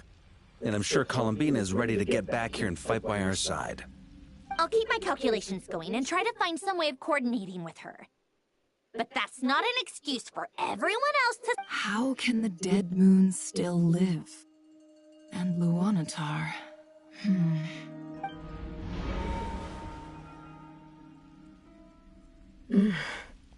It's hard to believe that's what will happen in the distant future. Our authority is linked to the most fundamental rules of Teyvat. I suppose it's no wonder that many would covet that power. I didn't realize that when you said friends, you meant people who live down in Teyvat. That's so lovely. I always wanted to go down there and have some fun. Have you ever tried leaving this prison? Of course. Between us, we've tried everything. But no matter where we go, this space will eventually bring us back here. It's like the center of a whirlpool. Everything ultimately converges here, at the moment when Nibelung imprisoned us. In that case, have you tried using any of those pathways that connect this space to the real world? Sorry? What are those? They're passages through which you can make small-scale changes to reality by using Kuvaki. Or am I the only one who can use those passages? Because part of my soul remains in reality. Kuvaki. What is that? You don't know? It's a unique kind of elemental energy found only in Krai, the land from which the moons arose. Oh. Well, it's true that the moons first rose up from the part that you say is called Krai. But there is no difference in the elemental energy between there and anywhere else. What? Could you show us some of this Kuvaki hyposelenia? Maybe if we see it, it'll make more sense. Okay.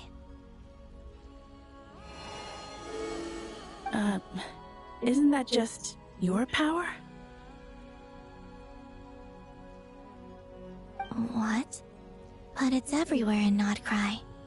In the air, in the land. Even the creatures who live there have adapted to its influence. How curious. Let alone influence living creatures. This is so strange. Why would their reality differ? Columbina, you're looking for more. Yes. If I am to help my friends, I will need tri-lunar authority on par with that of our foe. You mean... This sounds extremely rich. The three moons' powers are not mutually compatible. Concentrating them into one goddess will be a very painful process. And if anything goes wrong, it could tear you to pieces. I know. Even so, let's say we successfully transfer our authority to you. Niblin constructed this realm specifically to prevent us from using our powers to interfere in his war. No moon goddess can leave this place alive. What if I don't leave alive?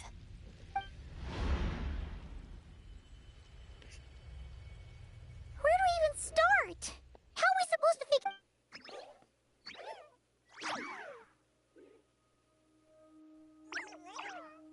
Columbina? If she really got to the beginning of time in there, how do you think she'd leave us a message? You don't think she'd write it down on a stone tablet somewhere in the hopes that we'd...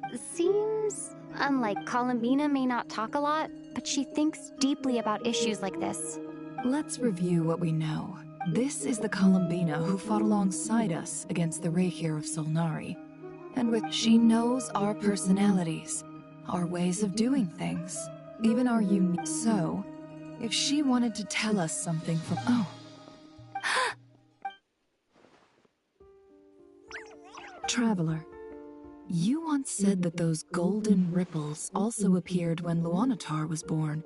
What if Columbina left Luanatar here, not just as an anchor to the real world, but for some of... If she is part of Columbina, and Columbina knows that I can see Oh yeah! Like when you pick... Nefer, wait! If you're right about this, and you can really see past events through Luanatar, your eyes, they'll... Oh, I know. Looking at Rerir's past in Conria was already enough of a strain on my eyes. Looking this far back into the past, it'll surely blind me. But it's our only chance. This is the only way. Boss. We spoke about this once, a long time ago. Do you remember what I said, Yehoda? The day I lose my sight, the Curatorium of Secrets will be yours to run. But... What's wrong? I'd be overjoyed if I were you. This day's come a lot earlier than either of us expected. I need to know you'll honor our agreement, Yehoda. Promise me. Yes, Boss Neff. I promise. Are you sure you don't want some time to think this through? What is there to think through? I should have gone blind after our battle with Rerir. Frankly, it's almost criminal that I got away with it for this long. Then at least let me take some precaution. And if you really do lose your sight, I'll visit your office. Oh, please. Anything but that. I was actually ready to go through with this. Are you trying... As if I could ever scare you. I'll assume you're just joking to calm your nerves. All right, enough chit-chat. Let's do this.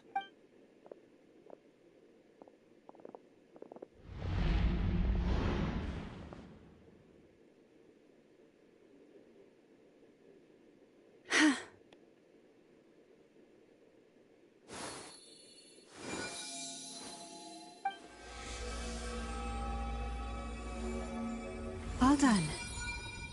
Good. Now give me some space. Come on then, little one. Show me what happened in the past.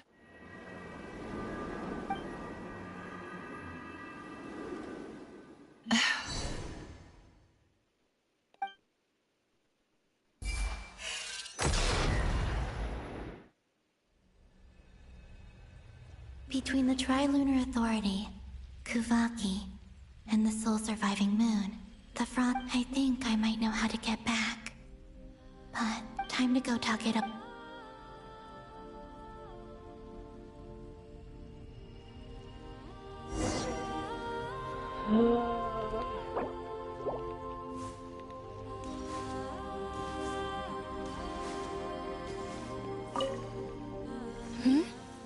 I hope it's not too dangerous.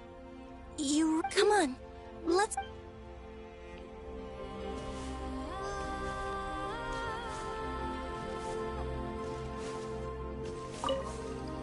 It seems you have reached a decision. I'm all ears. What?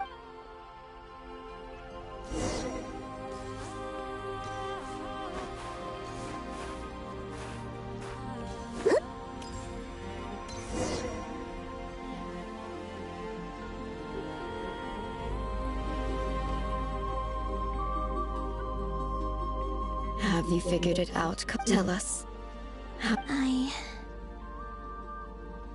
I intend to die here, in this What? What are... And how will you inform these future friends of your plans? You can't exactly leave oracles. Nothing can escape this place. And even if you found a way, what if they never find the message you... No. That won't come again? They will find my message. I'm not following. How exactly will you achieve this? It's quite simple, really. First, I will leave my soul here.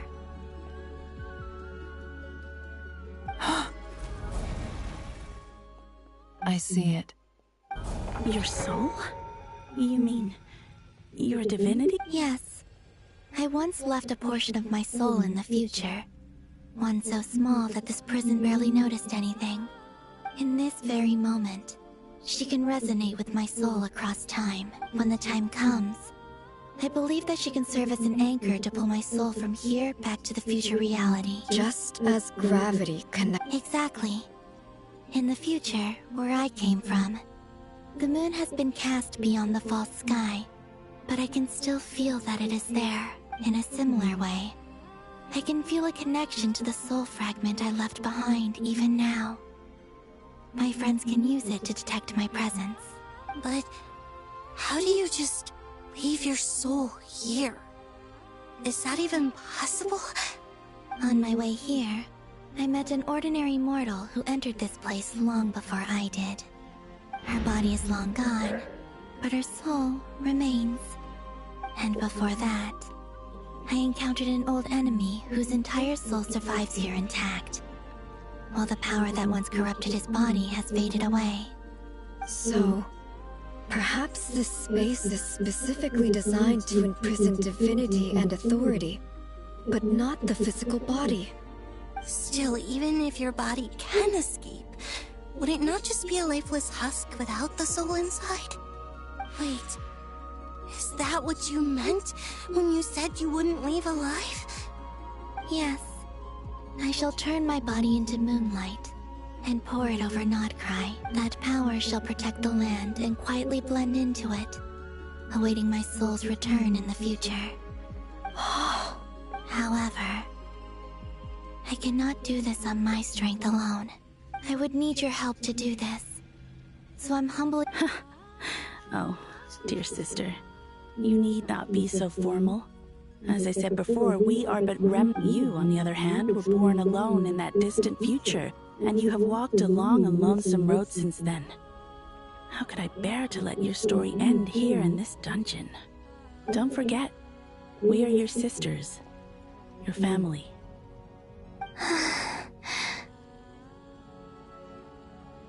Arya's right. Actually, I've always wanted a little sister. Can you imagine how it's been for me? Getting nagged by 2 older sisters all the time.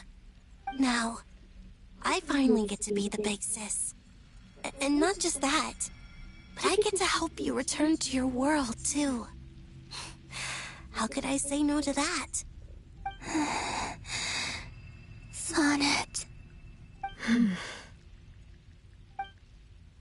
Canon?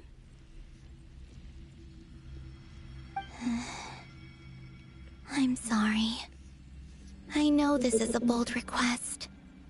The Frost Moon is rightfully yours, and it remains intact. Oh, no, please. Don't misunderstand me, Columbina. I was just thinking back on the years that you cannot imagine. How happy I am to hear of the future world you describe for the 3 of us, whose purpose in life was to maintain the peace in Teyvat. It is a great relief to know that the people of this world live in such an abundant future, if your plan can save them, and save not Krai. I will gladly give you all that I can. Besides, the 3 of us have been together since the day we were born. I could never abandon them to live on alone without them. Canon. Still, I do have one question I would like to ask you before we proceed. Certainly. What is it? Why do you cover your eyes?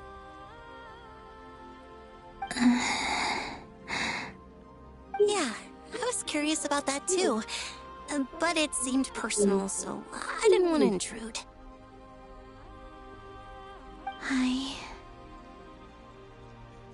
There was a time when I refused to look upon the world. I believed it was full of nothing but lies and falsehoods. I wished to hide my feelings, seal my heart, until I could return to my true home. I see. Perhaps that decision saved you from ever having to see the false sky again. But at the same time, you likely missed out on many true and precious things, like the smiles on your friends' faces. Promise me this, Columbina. When you return to the future, open your eyes. I'm sure that you know this already, given that but that is your true home. Give me your hand, Columbina. Arya. Okay. All right.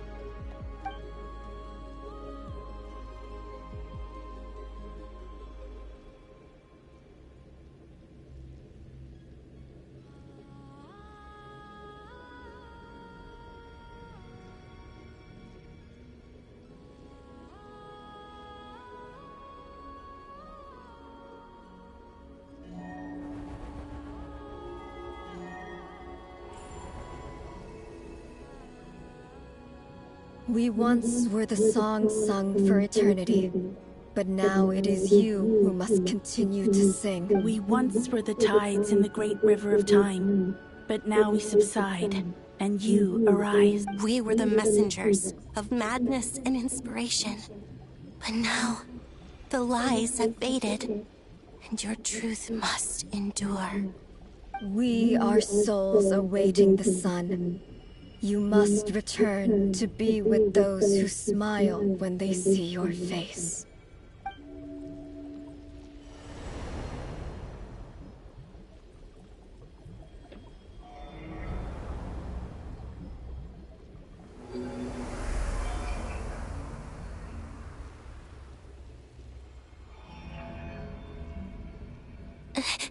Is it done? Yes. We have transferred the authority over all 3 moons to Columbina Hyposelenia. From this moment on, she is the Tri-Lune Goddess, the one and only moon goddess of this world.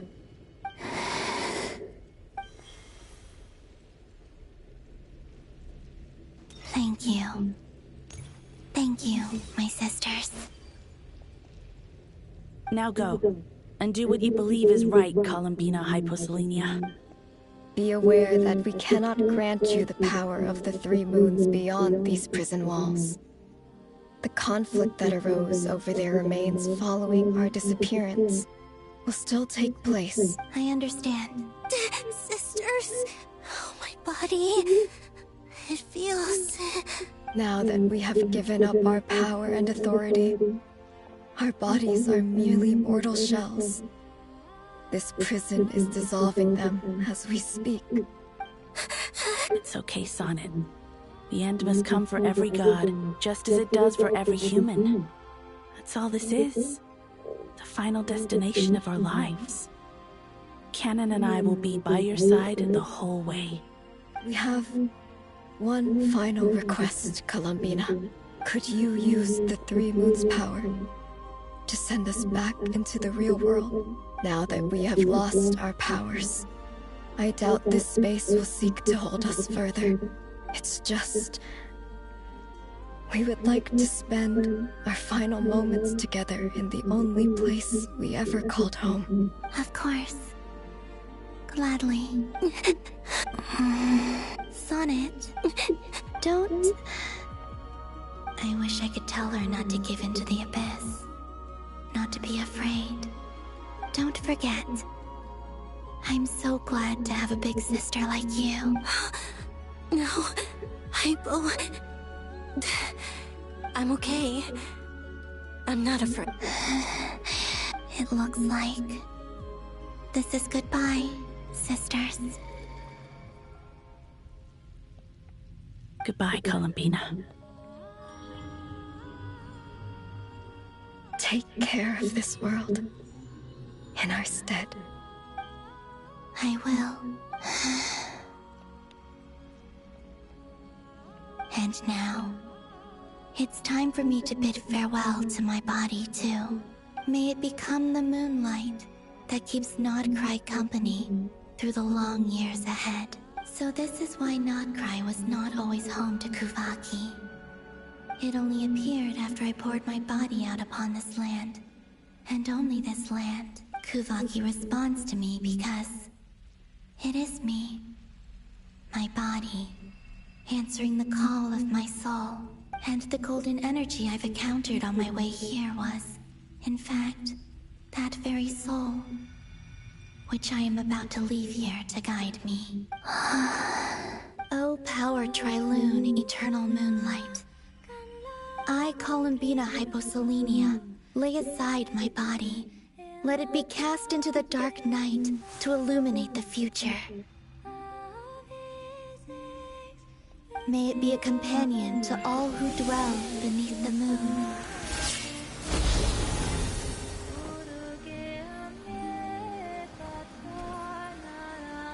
Until the time comes for me to return home.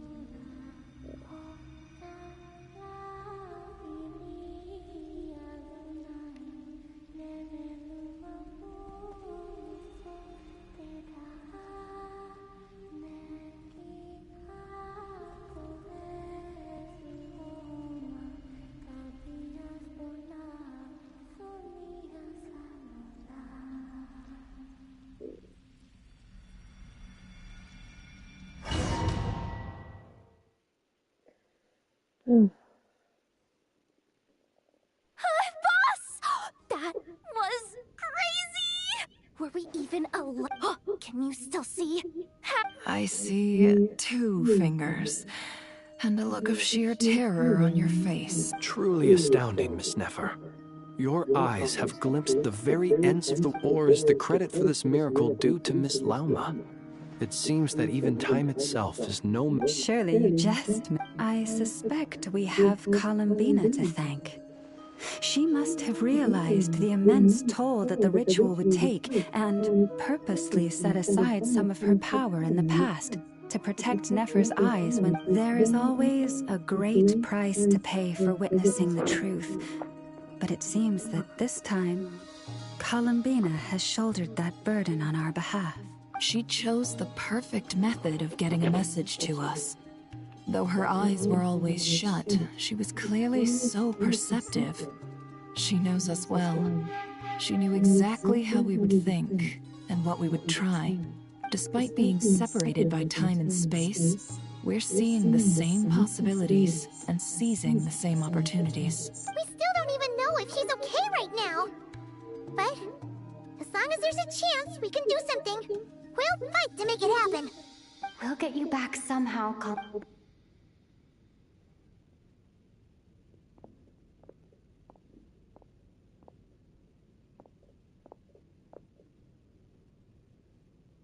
Well, based on the information we now have, let's figure out our next moves. Thanks to these gentlemen, we have a much clearer picture of the situation with Dottore. The civilian population has been moved to safety, so we no longer need to hold back. Miss Androne, how are the calculations going? So far, so good. I'll keep seeing how far I can push the system, though. Can't have Hatman being powered down for nothing. There's still a long road ahead.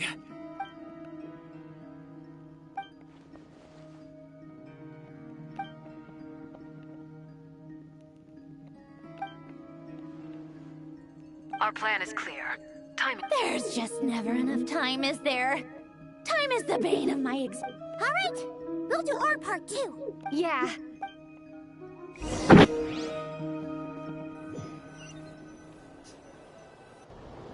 Albedo's theory says that elemental energy, but I'm no expert in building elemental defenses. Sounds like something out of the advanced elemental theory section of the library. Whew. You seem quite troubled. Well, yeah. I mean, who doesn't get a little flustered when they're completely out of their depth? You were the very picture of confidence back when you approached the Hexen Circle. Yeah, I could have been faking it through that whole meeting for all you know. Who's to say I'm not just a ball of nerves in a charming and gregarious package? Oh gosh, really? I'm so sorry, I had no idea. Well, you're all the braver for it. Still, I was much more in my comfort zone than I am here. At least in Mondstadt, you can cry for help from a cliff top and actually stand a chance of summoning Barbados. Things have never looked bleaker than they do now. If we don't pull... Oh, you think so? Don't put too much pressure on yourself. Tevat has faced annihilation many times in the past, but it also gave us you. Hey, don't give me that. I disagree. Every human born in this world is special. We angels have always believed that. In that case, this humble human being has a... I thought you might say that. I'm sure Alice, in her great wisdom... Well, that has less to do with her wisdom, and more to do with my power. Of course, of course. Well, the thing is, these elemental defenses we're about to build... I don't think it's a question of if they'll. Duran's findings from his patrols make it clear that Dottore is constantly expanding his territory. First it was his lab, then the design. It's not realistic to completely stop him encroaching on the rest of Krai. Rather, our goal should be to stall him for as long as possible. If Miss Androne's calculations are correct, well, they're the closest thing to certainty we have in this situation. Anyway, her calculations up to us to slow Dottore's advance and by time. Are you asking me to help you with building the... No. I'd like you to prepare for what... When he eventually reaches us, we will have to fight him. You were an angel once and a mage now. I'm asking... Oh. Can I take it that you're triggering the terms you fought for during our three-way talks? Well, technically those terms were about protecting Mondstadt. You're cashing in on this much sooner than I'd imagined. Well, yeah. The way things are going, I might not get another chance. Very well. The mages have heard the knight's plea, and we will respond. To tell the truth, Alice and I had already discussed how we might help you all, so I didn't come empty-handed. This is... wow. It's been many long years since I had a chance to dazzle humanity with a little divine intervention. To humbly serve as a reliable and responsible guide. Anyway, Knight of Boreas, please accept this gift in recognition. Go now. May the angel's blessing deliver you safely to your destination. Oh, come on.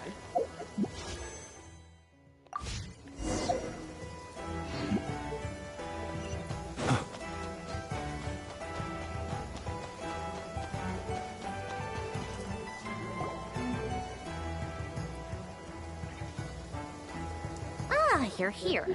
Sandrone! How are things going? Glad you asked. You two are about to become the first people to lay eyes upon my masterpiece. Or should that be the first person and the first, specter? Hey!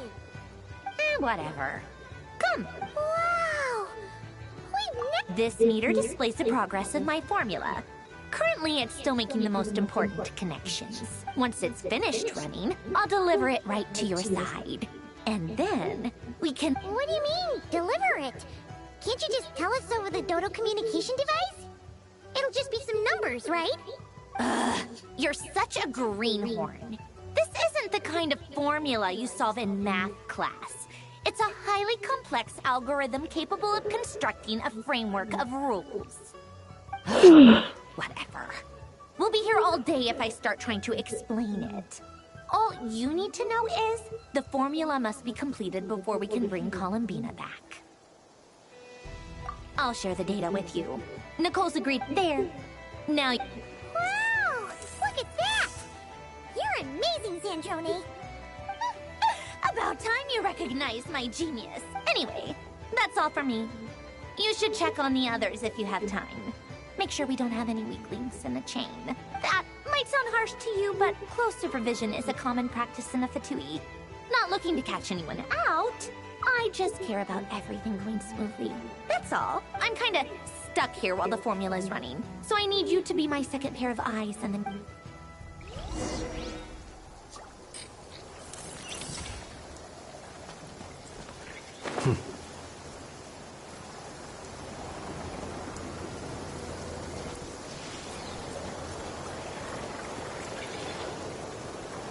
Thankfully, Miss Nicole has come to our aid. Nasha Town is now looking very well defended. Golden Flame. Yes, that's Nicole's power, all right. Based on the latest message from Grandmaster Varka, it sounds like they've reached an agreement. The situation should be more stable with her assistance. Everyone will have at least some degree of protection. Albedo! Durin! Hello there, you two. Are you well rested? That's good to hear. As per the plan, Albedo and I will be in charge of Nasha. As Dottoro's energy field ever closer in that direction. But we will do our best to hold our position. We fought side by side many times before, and always with... I believe this time will be no different.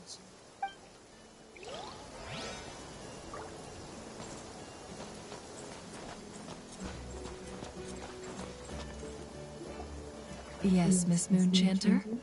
You always address me in the strangest ways. Lady Moonchanter one... Yes, and? Not as such. It's just that I simply call you... Uh-huh. That's my name. The point is I don't add... Meaning what? That... maybe... Is that how you see it? Never! Wilma! Paimon! Just swinging by to check in on you. Don't worry about me. And I give my all to ensure... Ah, yes. Hold on. You're both in good shape. You're welcome. You'll have your work cut out for you. Paimon will keep an eye on her. I'm glad to hear it. Sure thing.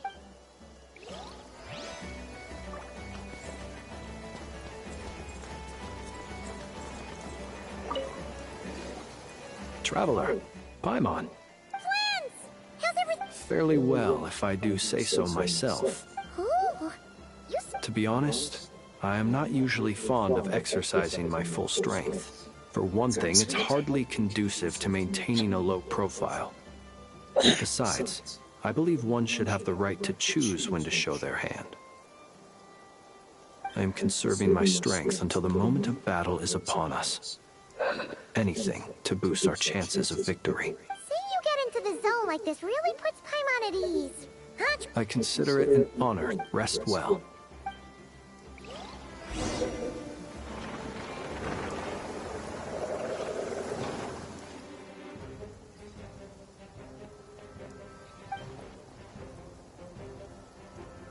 Here they come.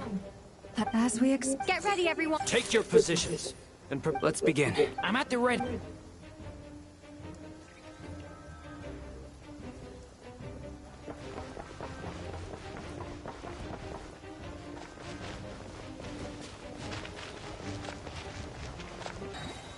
Waste of time. Your plan. Go! Go! Bombs away! The night cometh. Close your eyes. Night falls.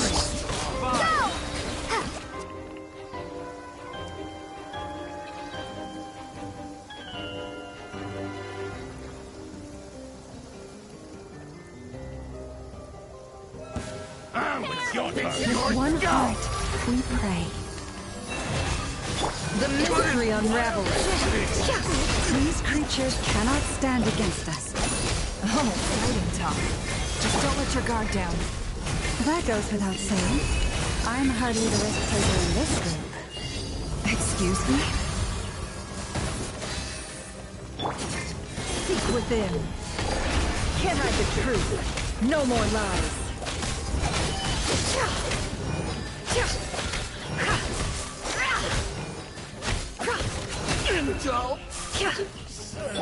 With one heart, we pray. Forest, protect us. The deception ends here.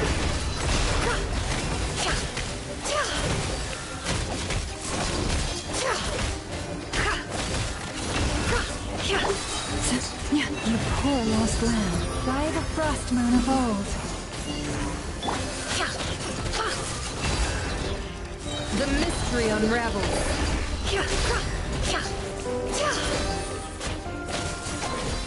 Can't hide the truth. Leave this place. With one heart, we pray. No more lies. The deception ends here.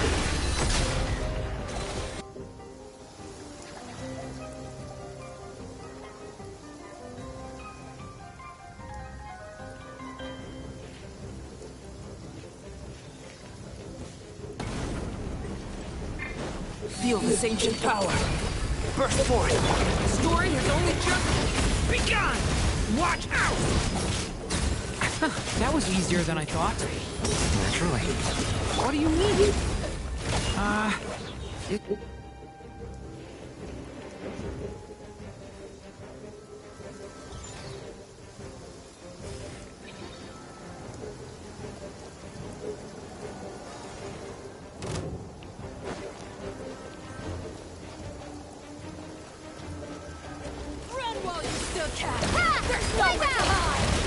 Observe. Beware the creatures of the night. These people have always used fire to drive away wild beasts. Wouldn't a lantern work just as well? You read my mind, my dear friend. I was just about to say that. All right then, dear friend. Bring the light.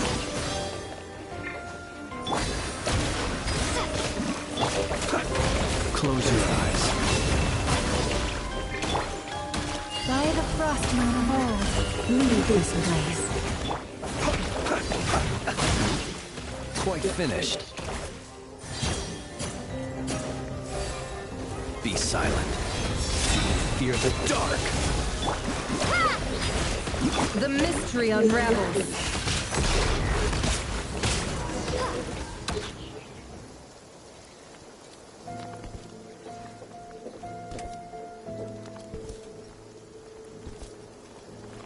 You're looking well.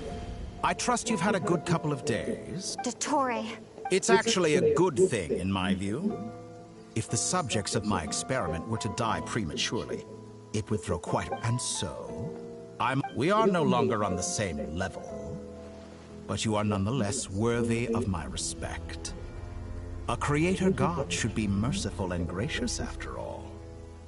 And in any case, it is only right that before I end your lives, the world is informed of the arrival of their new god.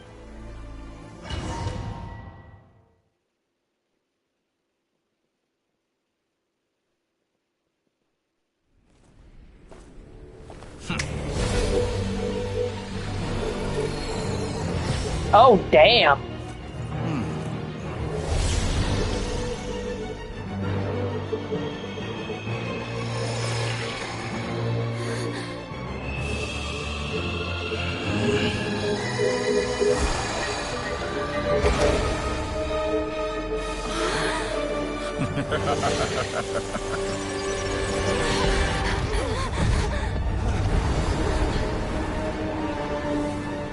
Fuck.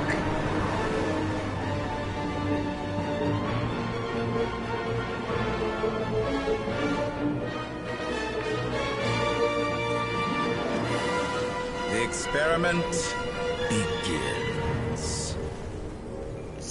Okay, I need to sit up for this one. With the marrow of the three moons in my hand, behold the false moons fall!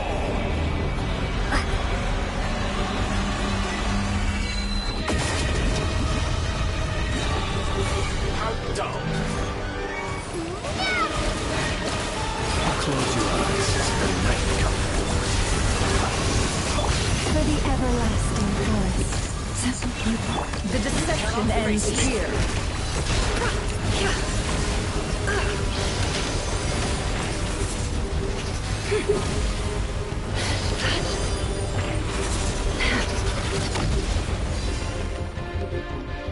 Did you honestly think Cannot that be would hit true. me?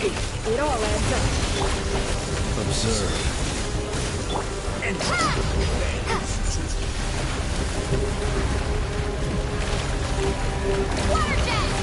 No more lies.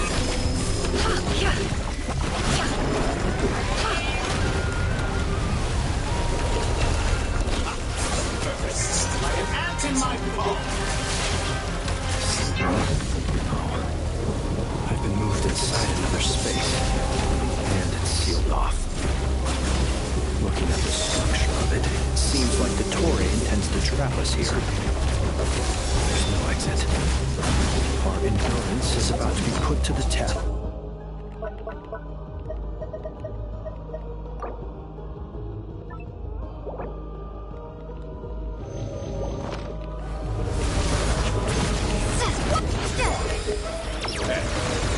Ah!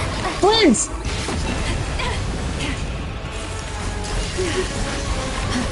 It all adds up. No more. I thought you'd dodge that. Intro.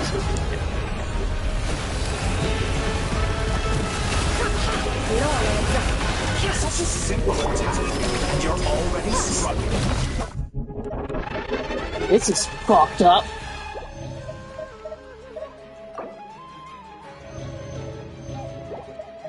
Okay, I'm cheating a little bit.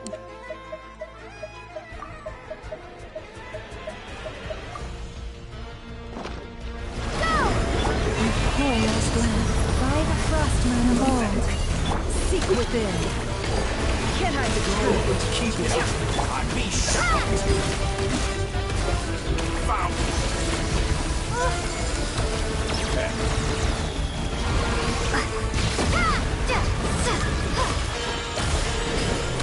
With the marrow of the three moons as I have, behold the false moons fall!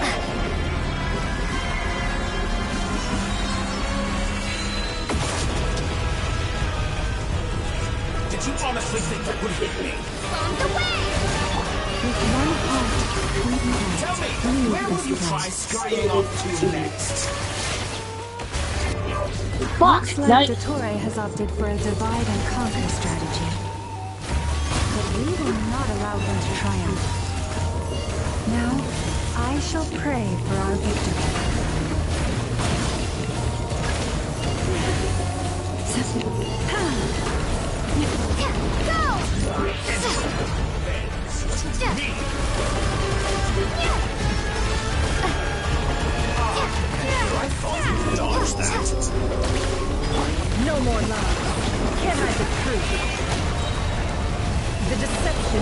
Here. It all adds up. Water jet!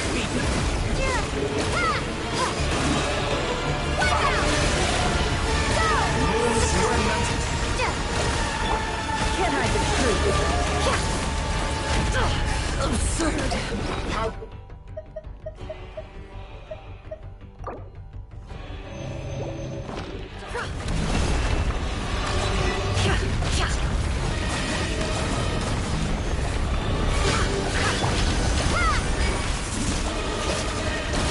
No more lies.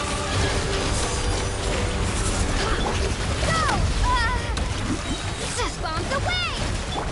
It all adds up. Seek within. You barely managed. That's pathetic.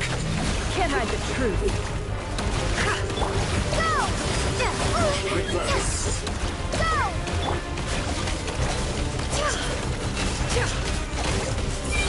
The mystery unravels. Be annihilated. That which cannot stand against me. And now Nefer's taken. A knockoff version of the space Columbina.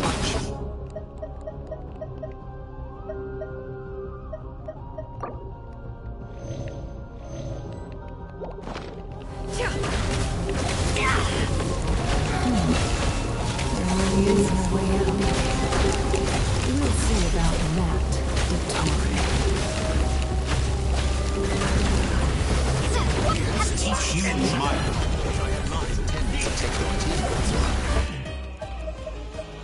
This is fucked up.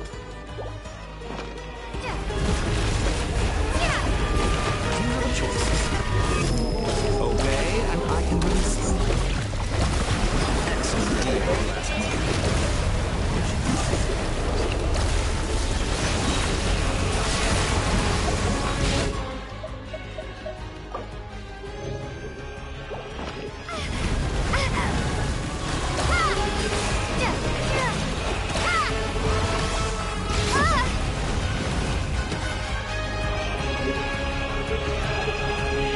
I'm aware you've been working on some little tricks to surprise me with, but my guess would be that you're trying to bring Columbina back. But then, I always found their friendship to be a curious phenomenon. Two highly incongruent personalities. Speaking of Columbina, I once saw her as like a younger sister. We got along quite amicably while she was with the Vatu, but then one day she suddenly decided she would refuse to take part in any further experiments. To this day, I truly don't understand what I could have done to upset her. It's such a pity. I could have had a sister, a family. But alas, she grew to dislike me. You're not fit to be family to her. That I can't. So many people, all obsessed with playing out the same tired old dramas. This world is rotten to the core. And then there's you. You had every opportunity to reach the right conclusion. The thought of killing you off like this? But I maintain that I approached you in good faith, so I will offer you another chance. Will you work with me? You have until I count to 10 to make your choice. 1, 2, 3. Not in a million years.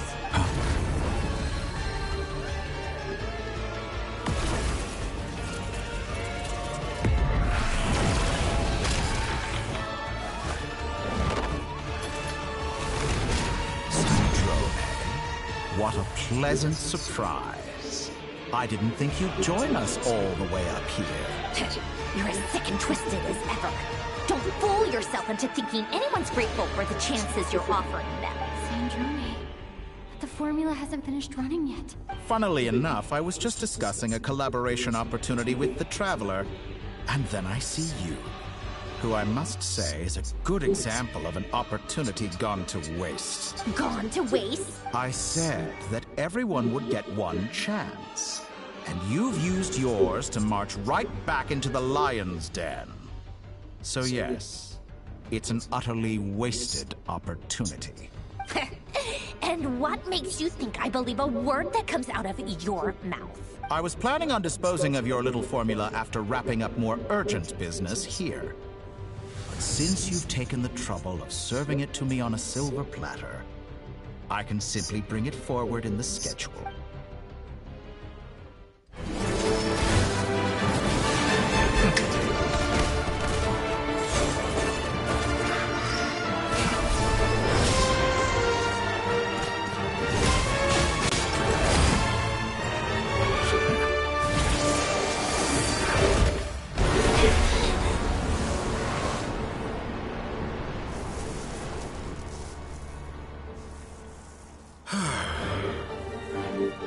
Is this your life's work? This piece of trash?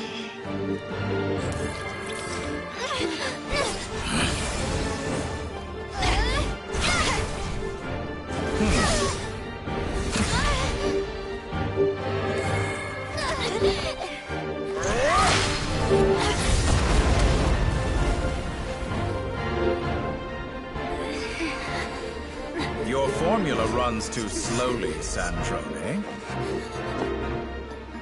You put your hope for success on others instead of fighting dirty. That is why you have failed. Now, whom should I slay first? Any volunteers? No one? How nice of you to leave the decision to me.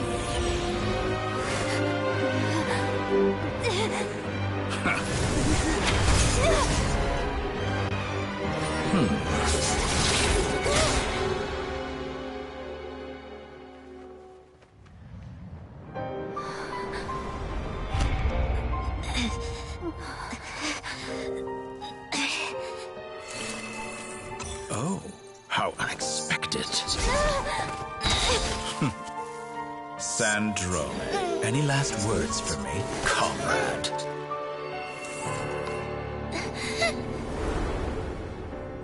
Is there anything you wish for? Not really.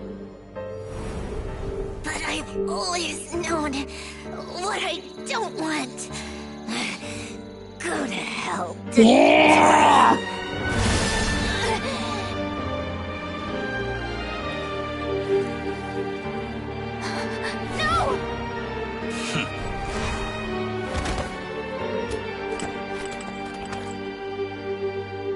And now, you have failed.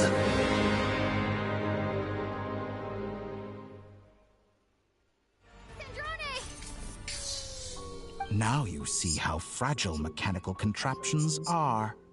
Just a gentle tap, and they fall to... However keen of an inventor Sandrone may have been, her death spells the end of the formula that was running inside her body. Of course, I have to commend her for making it this far. As her colleague, I have to admire her stubborn tenacity. Now, it is time for you to take your place by my side. My count was interrupted, but the second chance I extended to you still By now, I'm sure you have gained a greater appreciation for the power and authority I wield. What is stopping you from embracing a new world of endless possibilities? Not in the mood to talk? As you wish. You seem less talkative than usual today. I'll change the topic to something more apropos. Sandrone was always like this, never trusting anyone, always so reluctant to share her research with them. Objectively speaking, she had her strengths. It is remarkable how she extracted and even optimized the world formula from so much data. But her inability to trust was her undoing. Had she allowed someone else to monitor or run the formula for her, you might still have a chance at victory even now. But regrettably, she was a stubborn fool. As much as it pains me, she had to go. Dottore. Maybe this is news to you, but people can change. Columbina surprised you when she escaped, and I think Sandrone would surprise you too. Shane. You can twist the truth however you want, but I see it clear as day. You're the one who can't trust other people. Is that how you see? By this point, what can you hope to do about it? It is pointless to fight on. You've already lost. Wrong. You can't win this, Dottore.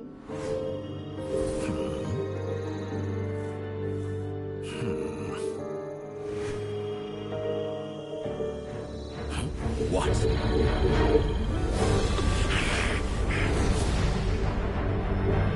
Oh, fuck yeah.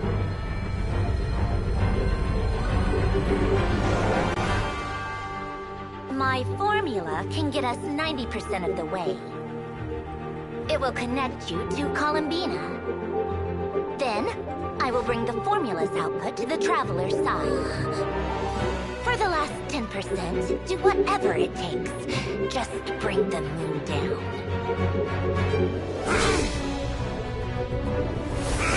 Oh!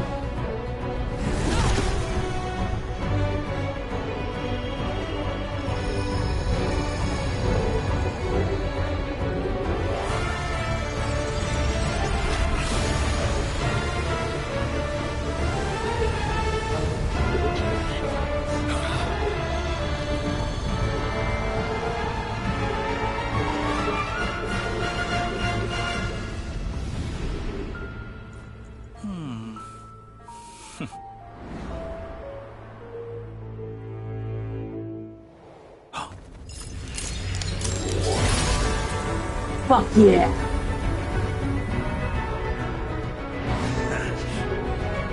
The moon will never be yours.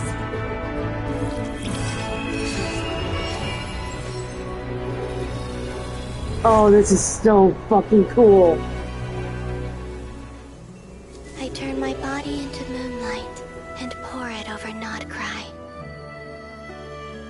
My soul I leave here to inform my future friends. Lastly, Oh my god, this timetable bullshit's so cool. and when my body, soul, and authority are reunited, finally. Columbina!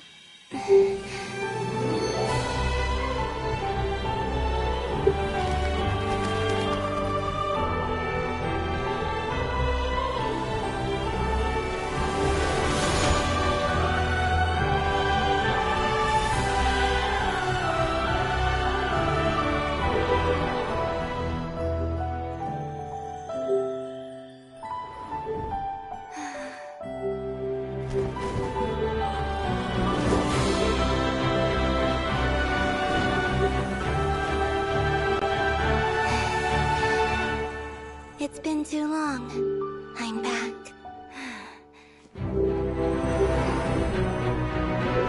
Bitch, you thought you saw the last of me?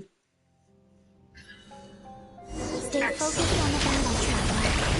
What a touching reunion. Though I personally find myself repulsed by the sight of weaklings huddled together for war. Now, you're quite finished patting yourselves on the back. Show me how long you can struggle before you drown. Watch out, Columbina! Manipulate space itself! I know. Wait for the right moment. We'll strike together. Moon's remnants fall.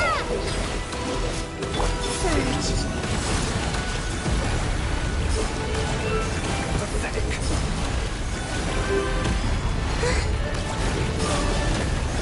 Wipe out!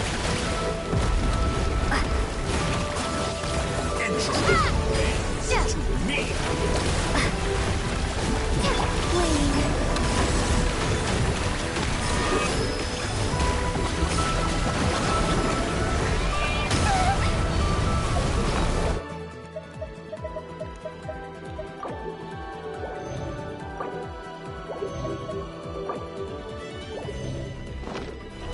Be shackled.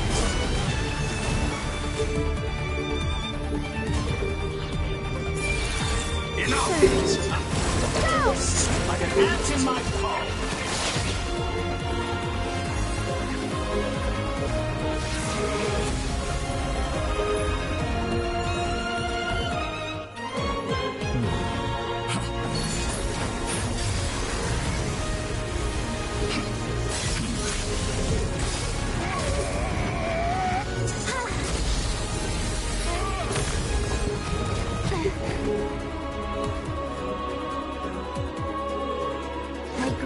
the new moon's blessing. The new moon shines upon you. I am... It's over, Dottore!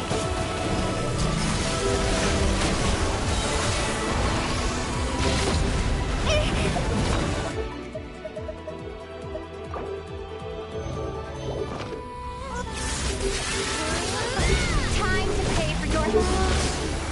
No longer must the world cower in the cold night. I'm so close to the moon. Our future isn't... Let the moonlight dispel the darkness.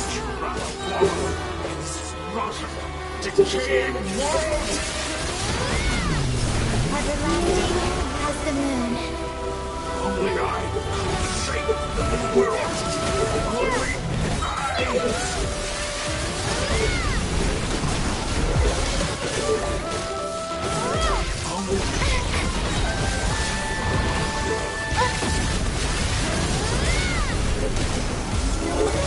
Oh, come on! rather wallow in this rotten, decaying world! Willfully blind. How can you be so satisfied with your fate?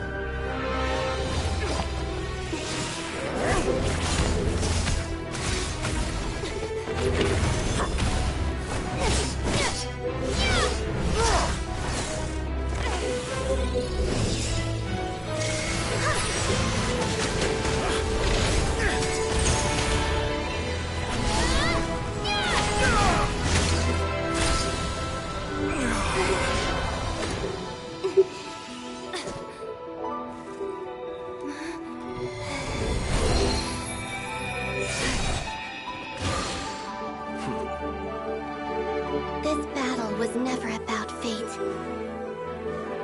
It's about friends, family, and the home you stole from them. So dull. Only the weak rely on each other for comfort. You shall see.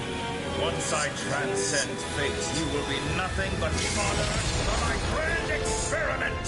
That will never happen.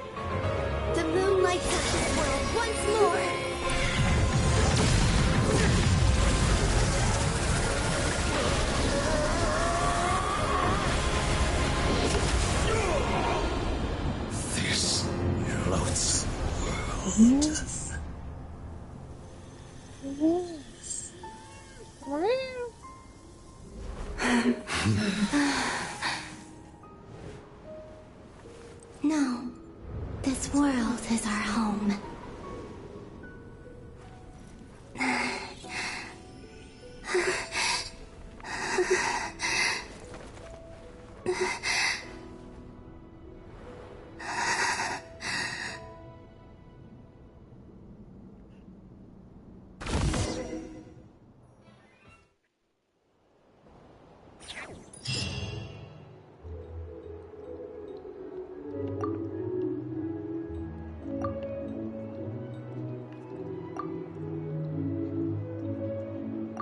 No, you're doing it wrong. The moon looks like this now. What are you drawing, children? The new moon, Mom. It looks different than before, doesn't it? Also... All right. I suppose today is a special day after all. Extra, extra! Get the latest Nasha Express post-disaster report! Nasha Town reborn! The voyage begins today! The future looks bright thanks to the League! I knew things would be different. But I didn't think... They say a new moon goddess has been born. A new moon goddess? I guess so. I'm not too clued up on the details. As far as I'm concerned, the moon's still in the sky and it's business as... Hey, since we've come all this way, shall we grab ourselves a free meal while we're here? Are you a convert now? Oh, come on. What does it matter? After everything we've all just been through? Come on! We gotta get there early! Shh! Keep it down! Can I finally get my 2 achievements? Why is it... It's okay. Paimon was pretty much awake anyway. It's been so long since we last had a chance to relax, huh? Feels like time is moving slower than usual.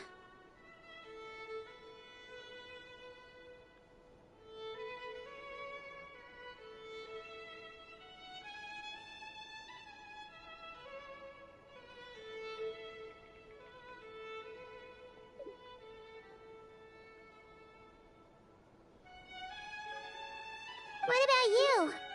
Did you rest well?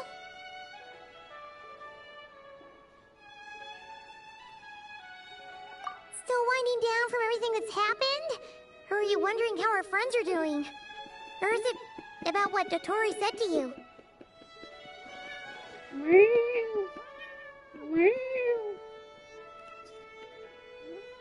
Oh my goodness. See? Okay, if you say so. But don't push yourself, alright? Let Paimon know if you need to talk. What we just went through was... a lot!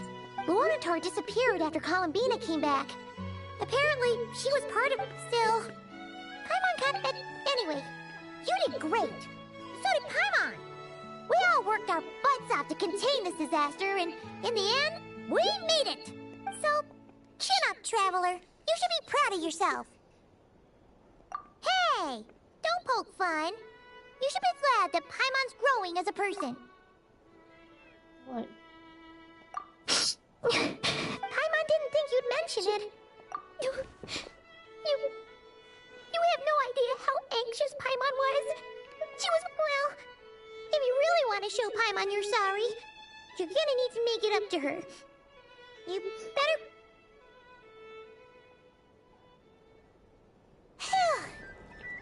Okay. Paimon's full now. Huh?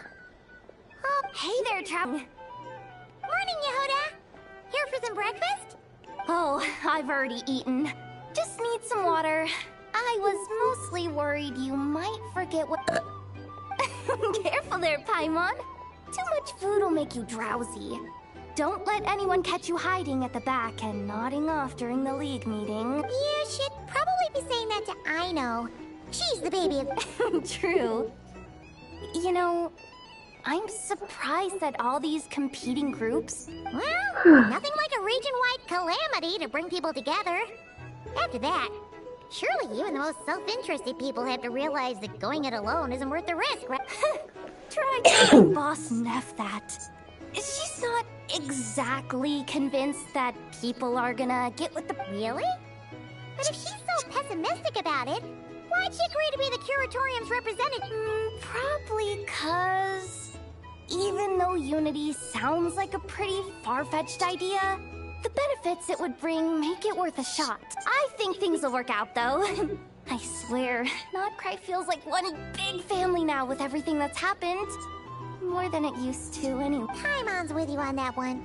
And it seems like plenty of other people agree, too. Just listen to the bustling streets. All right. Everyone's been rebuilding these last 2 weeks, and the evacuees have been coming back in droves. Life's slowly returning back to normal.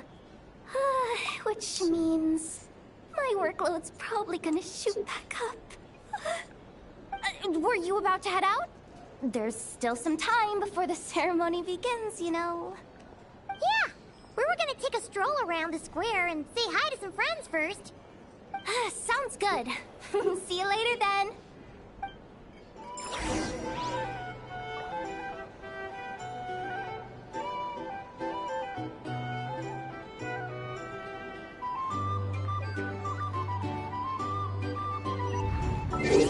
Finally!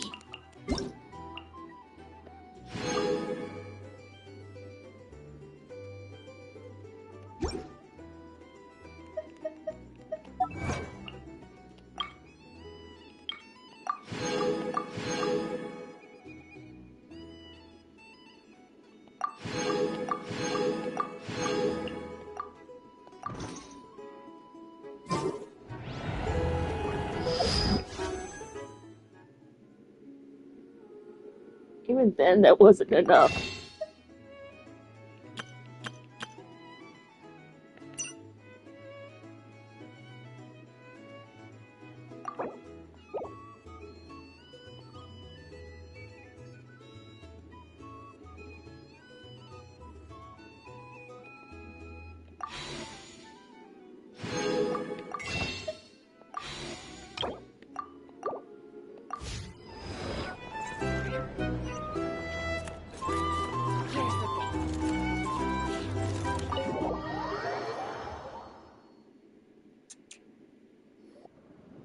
Please accept today's boon.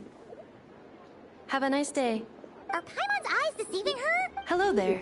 Would you like a feast of the moon, along with some snacks? So, what's new, Anefa? It was only a few days ago when we last saw you, but it looks like you've joined the Frost Moon Scions in that time. And I know too? What are you talking about, Paimon? We're just here to help. Duh. In the wake of the disaster, it's all hands on deck. We responded to Lama's request for support. At times like these, the smallest good deed can inspire others and help them through the hard days ahead. And we're using eggs and heating tubes to make that a reality. In true Kromkake craft shop style!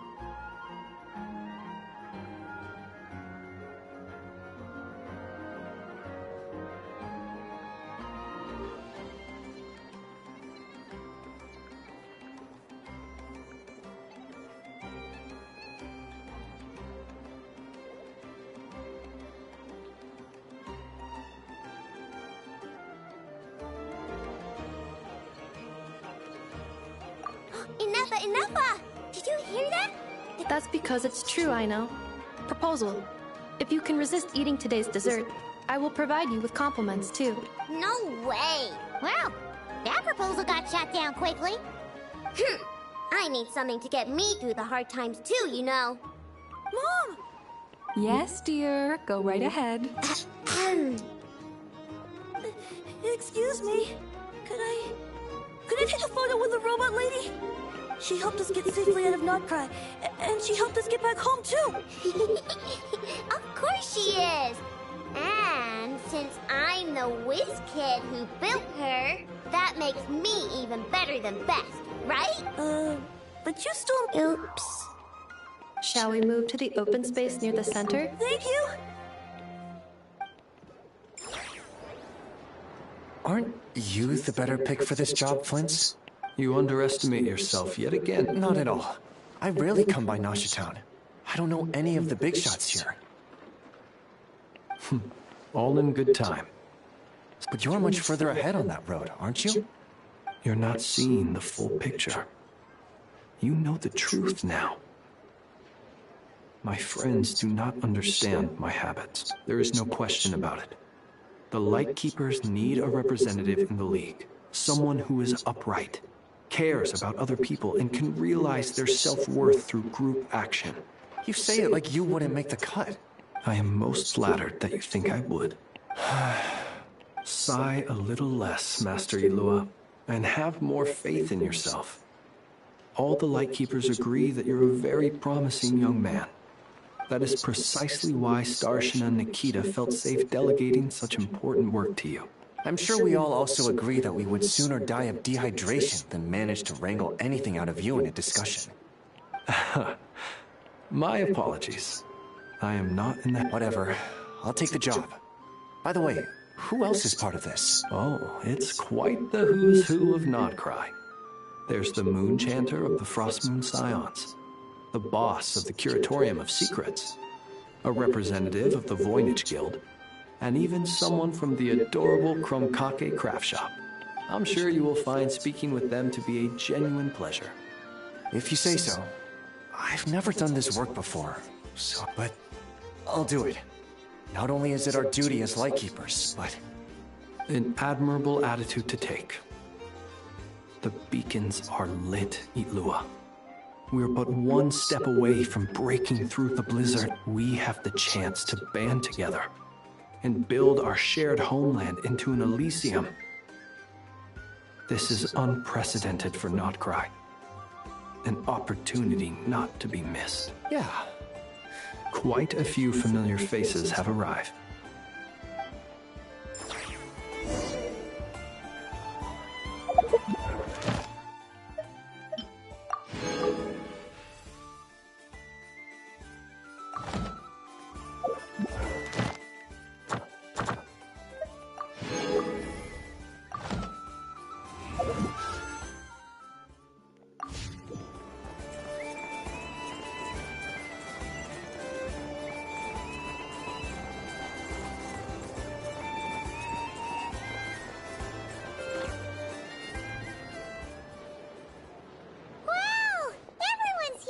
You seem well read. I know no one's asked, but I'm sure you all want to know, so let me just say, we're doing great. Thanks. Well, great, but not perfect. Starting to lose my mind from boredom. Can't drink a drop of alcohol while I'm waiting for my wounds to heal. I'm sure you had a sneaky swig or two. Wait, how'd you find out? I'm sure you must be missing Mondstadt after all these years away, Grandmaster. Yeah, you could say that again. Every time I get news from Mondstadt, it makes me want to go back and see the place for myself. Honestly, once things are wrapped up here, I think it'll be time to head back home. What are you doing? Is that a belly? Is that a fat belly? Hey, looks like someone's taking the stage. Can everyone see okay? Anyone need a boost? I'll just listen from the back. It's fine. You're taking this pretty seriously, huh, Durin? Well, it's not every day that I get the chance to see how people speak in official settings. Soak it up like a sponge. I'll make sure you get a chance to practice for yourself later down the line. Actually, I know just the thing. You can debrief the Knights of Favonius for me. Mr. Varka, are you forgetting that I'm not a Knight of Favonius? I can knight you. Any particular title you'd like? Is he joking? I really can't tell. You'll have to figure this one out for yourself. It'll be a good learning experience. It is my honor to host the opening ceremony for the League, and to have this opportunity to speak to you all in my capacity as Voynich Guild representative. Could this person also have been pushed onto the big stage by the real big shots? Guess I'm not the only one then.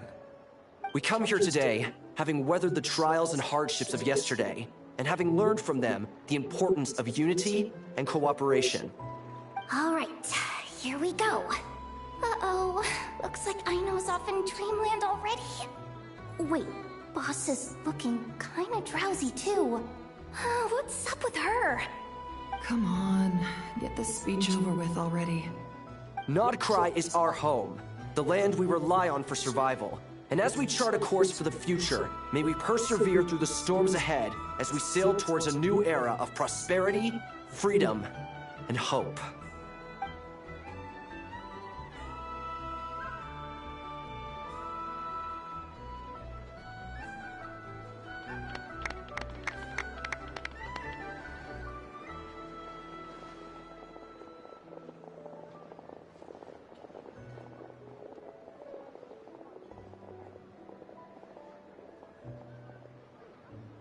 Looks like we'll have more opportunities to travel in the future.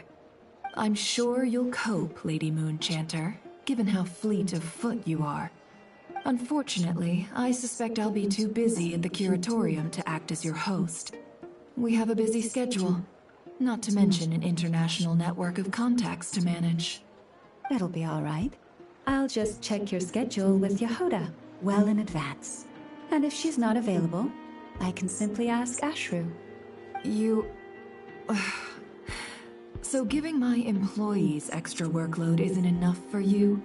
You're really going to drag my cat into this too? I thought you'd approve. Aren't you forever increasing your employees' workloads? That's a bold statement. Are all the Frost Moon Scions feeling more audacious now that your moon goddess has returned? Columbina's return has brought joy to all who care about her. That includes both you and me. As for the Frost Moon Scions, we are learning how to thrive independently, without relying on the moon goddess. It is up to us to make our home a more livable place.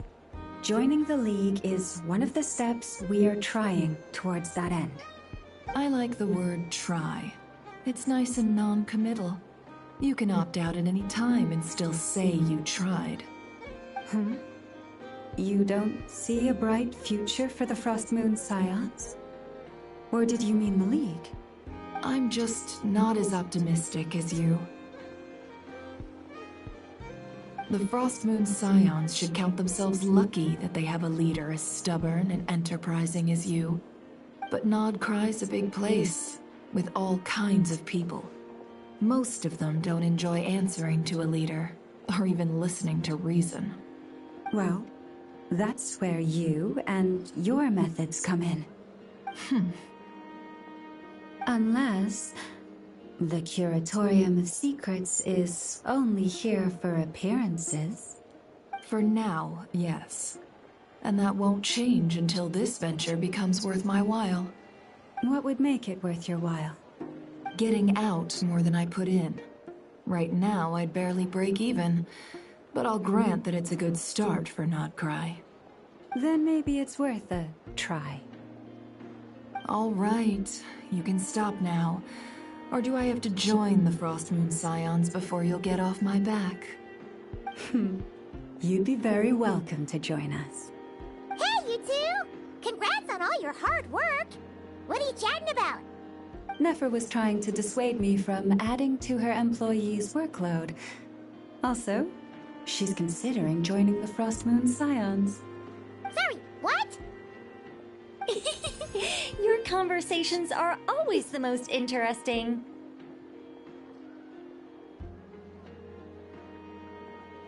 Would you two care to join me for some tea before heading to your next destination?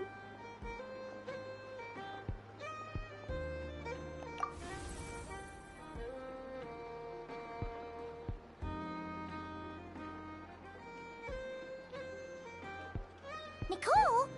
Wait, where are you? Aren't you gonna show up today? Sadly not. I'm otherwise occupied right now. I'm sorry, Paimon. I can hear how disappointed you are. If it's any consolation, let me say that how things appear on the surface is a far cry from what they are at their core. Perhaps you'll feel better if you focus on the fact you have a special line of communication with the great mage herself.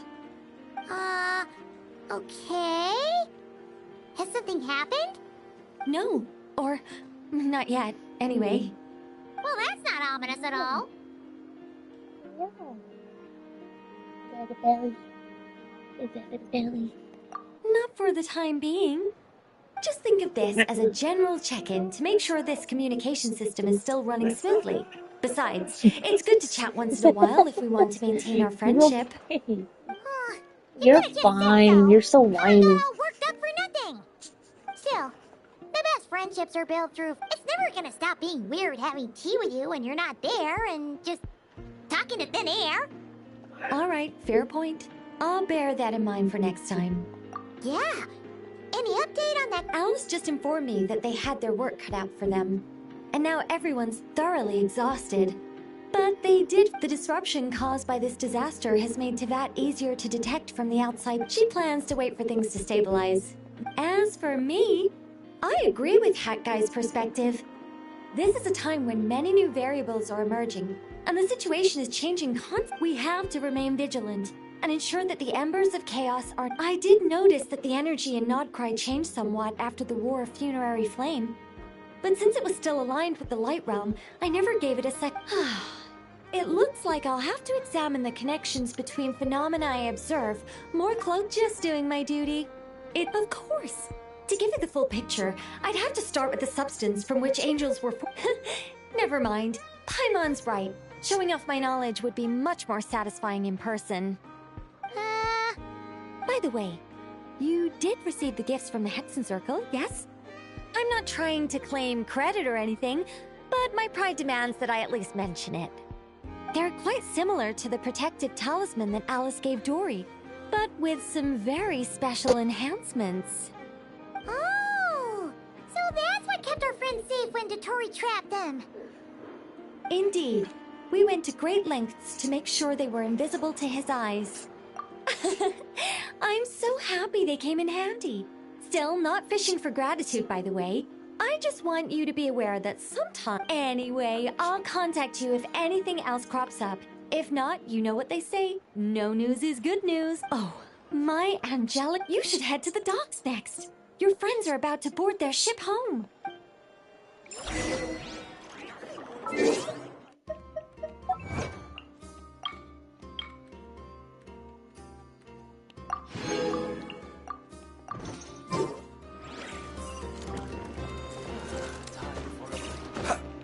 This place looks perfect.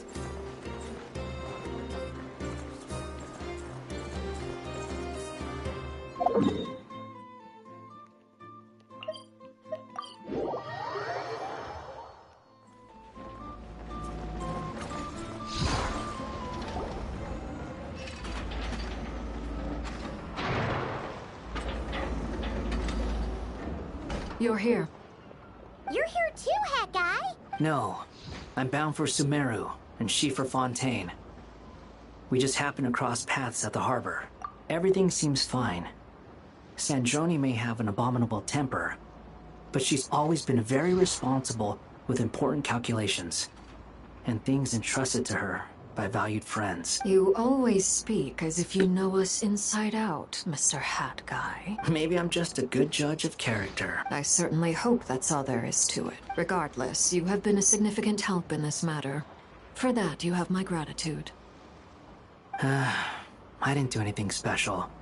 Sandrone's the one who completed a seemingly impossible formula and turned the tide of the entire battle. Even giving her...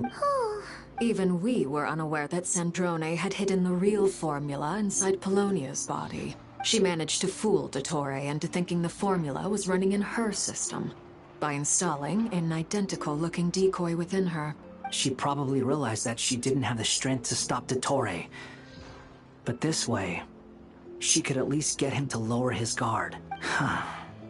She always worked like that. Always had a backup plan.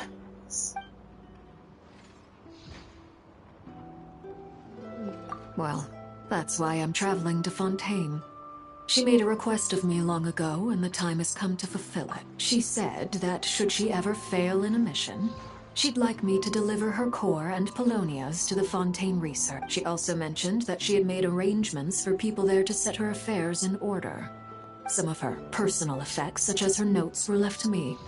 I've decided to take them back to the House of the Hearth, for safekeeping primarily, but also as mementos, I suppose. However, there is one book among them that I'd like to leave in your care. I'll have someone deliver it to your residence at the flagship at a later date. No, I was specifically warned not to tell her. This is her last wish, and I will abide by it. I can only hope so, but none of us here can know for certain. I bade farewell to Columbina earlier today. As promised, she turned the iridescent moon's marrow over to me. She spent a long time with Sandrone's body, saying her goodbyes. Oh, is she upset? Sandrone's passing has left a great wound in all of our hearts. It will take time to heal, but Columbina surprised me. She offered me some words of comfort before I departed. Despite being grief-stricken herself, she showed an awareness of the feelings of others around her. She never used to act like this. Clearly, she has grown. And I suspect that we have you to thank for much of the change we are seeing in her. Huh. After these recent events, the Tsaritsa has revoked the Pale Star Edict. Snezhnaya now realizes that the arrest warrant for Columbina was just a ploy by Dottore, who coveted her powers. I shall return to Krai to see her as soon as I find the time. I hope that from now on, she too will explore more of the world. Columbina Hyposelenia's journey is my ship. Traveler, Paimon. What are you still bumming around for? I thought today was the day you'd agree with her to go find... You're afraid you won't like the truth when you... Well, this... Don't say that! Wouldn't you be if you were... Fair point. But I'd say I have more experience facing up to... They say blood's thicker than water. I know how much you need your family back. More than you need any of your friends. And I'm sure that all your real friends understand that too. No matter what the truth turns out to be, they will stick by you, and finding the truth is important. But more important still is what you choose to do once you've found it. At least, that's the life lesson I've learned from my experience. What? Now that Dottoro's dead and gone? A little, I guess. Maybe I regret not getting to end his life with my own hands. Or maybe it's something else. But for whatever reason, I still feel like I have a... Either way, I'm going back to Sumeru. Lesser Lord Kusanali is gonna need help dealing with all the chaos Dottori left in his wake. Not just from this incident. You should continue with your journey, as you've always done. Who knows? Maybe we'll meet again someplace else. So, what should we do now? After all, when Columbina said she knew where your ship was hidden, Paimon promised to give you two some alone time with the truth. It hasn't been all that long since we were last apart, sure, but with Columbina there, Paimon's sure things will be just... Ain't no biggie. Paimon might be all about that food and fun, but she knows how to do right by people. Paimon's sure you'd prefer to digest the news about your beta. No matter what you see, just know you can share it with Paimon. Of course, as long as it's not super private. If you can't make sense of something, let's give it some thought together. And even if we both can't figure it out, Paimon can at least treat you to... Glad to hear it. Feel better now? Alrighty. Next up...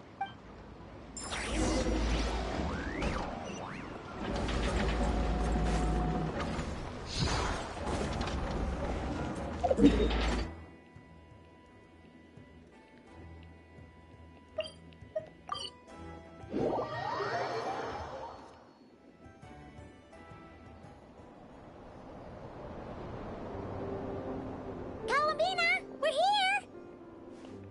Can't quite believe we're meeting out here. We've gotten used to walking over to Silver Moon Hall. Well, it's just... now that it's all over, I've decided to make some changes. Try and fit in with the Frost Moon Scions, like Llama suggested. The older generation are still timid around me. They don't dare get too close, and they bow their heads when I walk by. But things are much better with the children. Hopefully, by the time the next Moon Prayer Night comes around, I can enjoy the festival with them as myself, without having to pretend that I'm only dressed up as the Moon Goddess. You'll do fine, Columbina. Paimon's sure they'll realize you're super nice once they get to know you better. You really think so? What? We were just starting...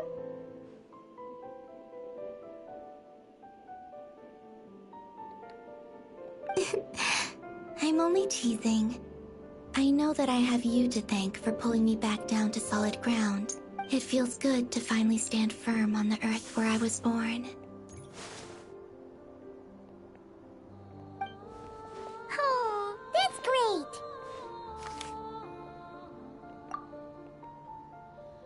Thank you. I'll make sure not to lose it this time. Well then, are you ready? Ether, what happened to our spaceship back then? Why did you leave? It's time to learn the truth at last. I'm ready as I'll ever be. Good. Then let me open the way for you.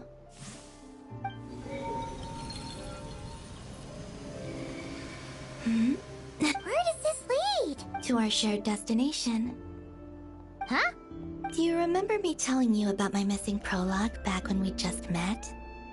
I said that my story began on the moon, but while I was inside the moon's reflection, I realized that my prologue was really hidden in the future.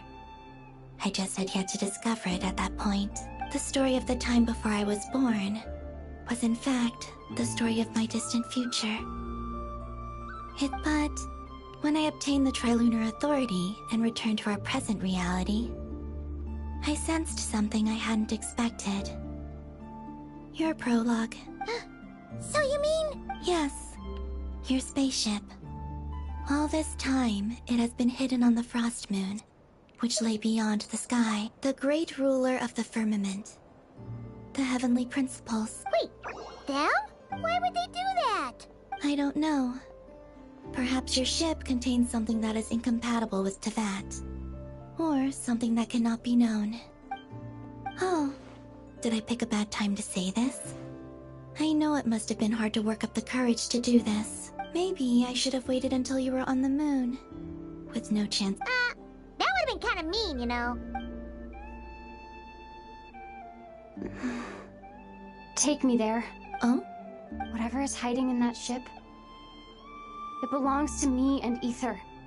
No one else has the right to decide whether I should or shouldn't know about it. Not even the heavenly principles. Very well. You two take care, alright? Rest assured, Paimon. We will. Traveler, after you. Thinking about the story that we'll find hidden on the moon? Yes. And hoping that it has a happy ending. Stories like that don't exist, you know? You don't believe in happy endings? I don't believe in...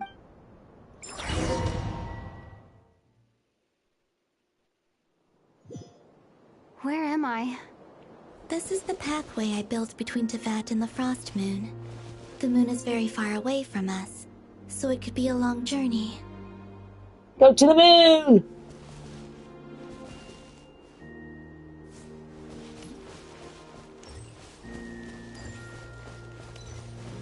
After I obtained the Trilunar Authority, I unwittingly saw past events from many of my friends' lives. One was Lauma.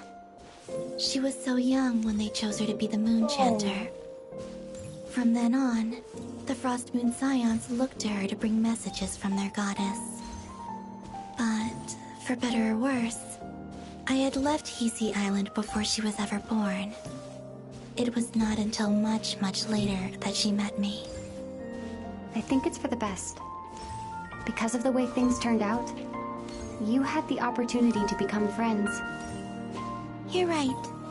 In that sense, I think we were both very lucky.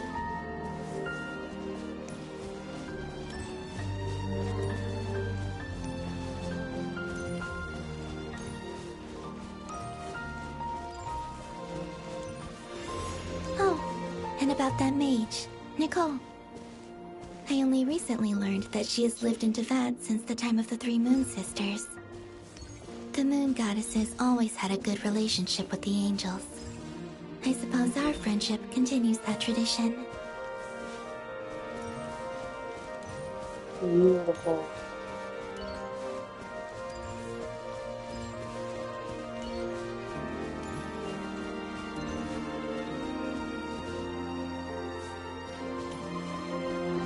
And then, there's Zandrone. I never knew that much about her, beyond the fact that she was created by someone called the Lord Artificer. She, too, suffered for a long time before joining the Fatui.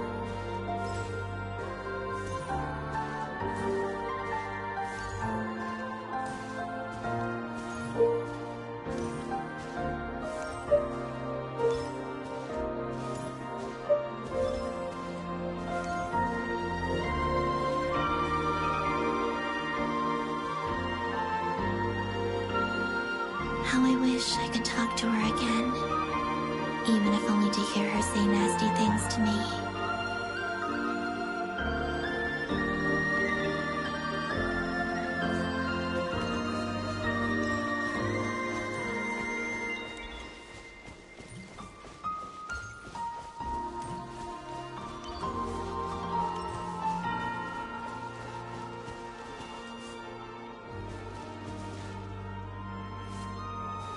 Also, I saw your siblings' story. I'm afraid I didn't see much. It seems that he rarely came to the surface where the moonlight shines. But I did notice that back when you first set out on your journey, he would often appear nearby, gazing at you from afar with a guilty look in his eyes. Ether... Let us speak no more of the past. I probably shouldn't reveal so much about my friends. It's not my place. Let the moonlight carry us forth. We are very close now.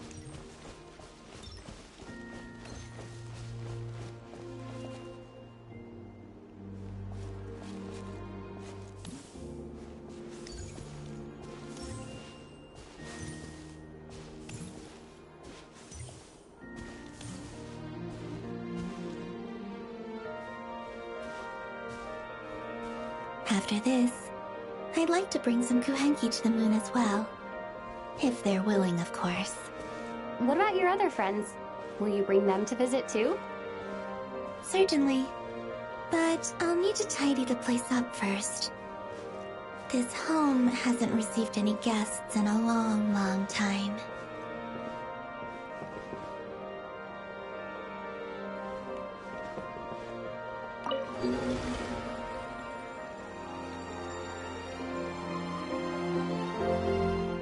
I remember writing something similar with you on Moon Prayer Night. I believe it was called... Dodoko's Whirligig. Yes, that was it. You asked me if I was afraid to return to the moon, and I said that I was. The idea that I had gained something precious, only to lose it so quickly. That frightened me. But I'm not afraid anymore. Besides, this time, we're traveling together.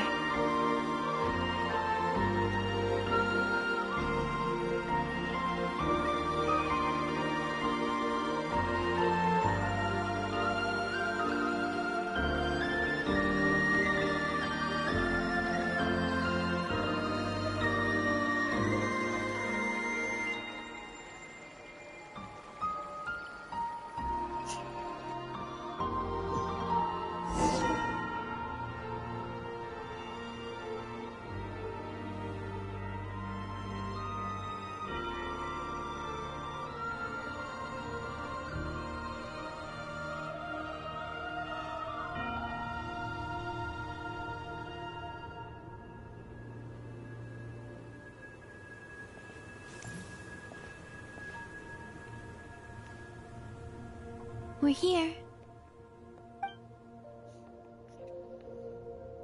Over there.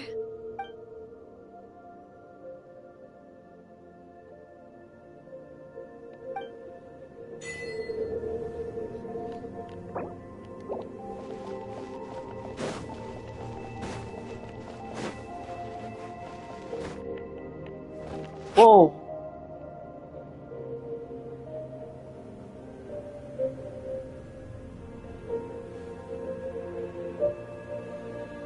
Our spaceship. It's huge. I suppose that the moon is the only place one could hide it. It'll be alright. Huh? The way you feel in this moment. I went through it too, on Moon Prayer Night. Solitude for me once meant living a life in which even I was absent. Before I met you, that was the only life I knew. But that night, solitude meant throwing away the life I had gained after meeting all of you. Columbina. Go. Retrieve the part of your life that was once lost. Trust me, you will lose nothing by doing so. Look, Tavad is right there. All of our friends are down there, waiting for us. You're right. Thanks, Columbina.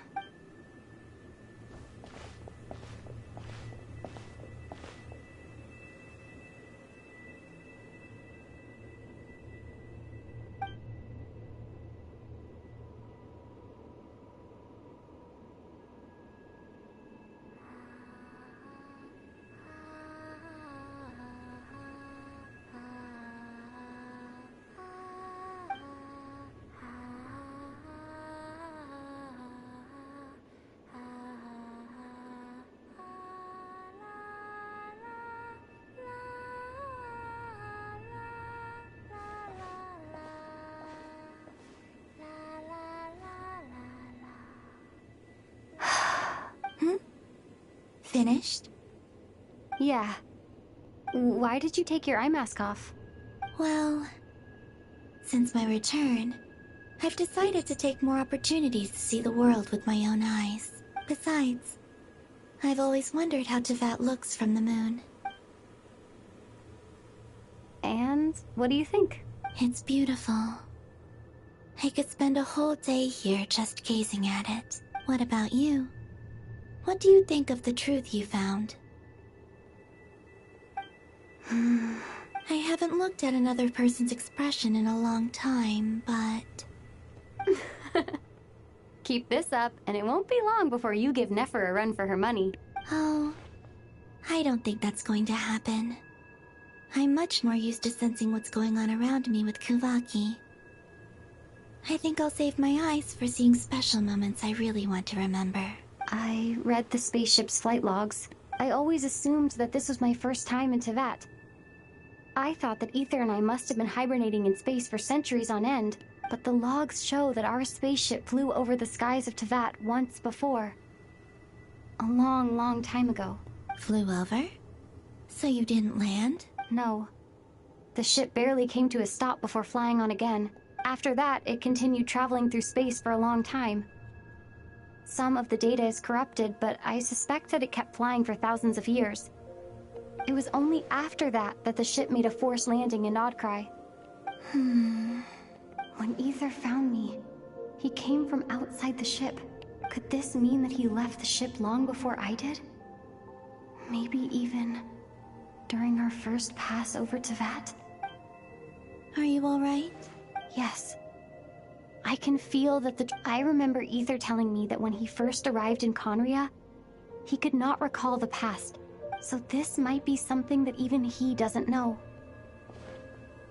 Here, I made some space for you. Your mind must be racing, and this seems like the perfect place to relax and clear your head. Oh, wait, there's one more thing. What is it? Wait here a moment.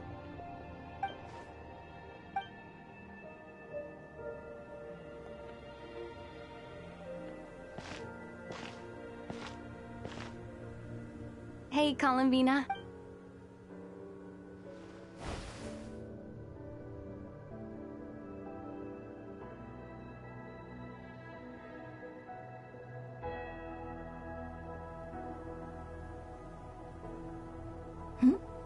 Is that a new outfit? An old one, technically. It's been in a cabinet inside the ship this whole time. It's a matching pair with Ether's. He always liked this set more. Huh. I don't think there's a huge difference. Really? Yes. It's still the same you. You're the same person, no matter what clothes you wear. Only called Traveler. Home is wherever Ether is.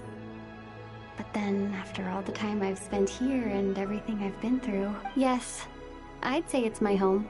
Would you change your answer if Teyvat changed appearance? I mean, if the truth about Teyvat turned out to be different... I don't know. But I don't think so. The truth is not what matters. When I was first born, I longed for a home. And when you get something before you're mature enough to understand the world, you just take it at face value. I thought that a home was a transaction. You give me what I want, and I'll do the same for you. But you and your friends taught me what a true home should look like. You never asked for anything, yet you gave so generously to me. That's because your friendship matters to us. It was worth it. In the past, I thought that my birth in Krai must have been a mistake. But after journeying to the distant past where the story began, I realized that it was I who chose Krai to be my future home. Now, I am glad that I made that choice. I'm sure your friends are just as glad. In fact, I intend to make the same choice today as I did back then. What do you mean? Well, I've given the Eternal Moon's Marrow to Lauma, and the Iridescent Moon's Marrow to Arlecchino. And now, I shall return my Kuvaki to Krai again, that it may continue to— Wait! But What about your body? Oh, are you worried that I'll disappear again? I won't. Not this time. The frost moon has now entered the false sky, and I am the Trilune goddess. I am only returning to not cry the part of me that it needs. I am giving what I can, because my home is worth it. Oh, and I have... For me? Yes. Come closer.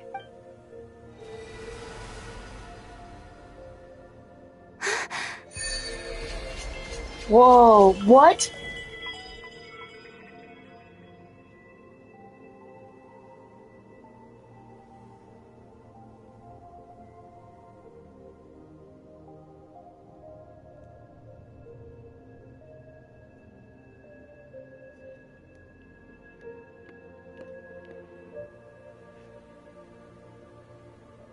Yo.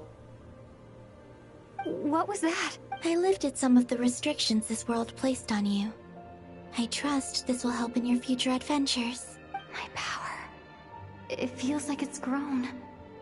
I can use the elements more freely now. What? Thank you. You're welcome. I see you as family, and after everything you've done for me, In fact, no. It's not because I owe you. It's because you're worth it. Here. This flower is for you.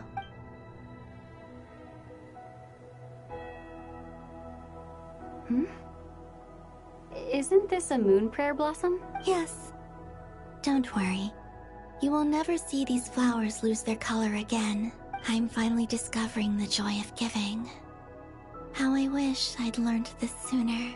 Hey, better late than never. What are you thinking about now? Why don't you take a guess? You get... I don't think I'll get it in one guess. But I'm sure it's a happy thought. That's kind of a sneaky answer. I can't say you got it wrong, down into that. The moon seems so far away. I felt it might always lie beyond my reach. But on the moon, everything feels so close by. The haze that once enshrouded the skies has finally been dispersed. I feel like a traveler on a winter's night, starting a new chapter in my tale by the warmth of a bonfire. I don't have a lot of luggage, but I do have a lot of hope. Well, what's next? Next, to start with, I want to stay here just a little longer. After that, let's return home and continue our journey. Oh.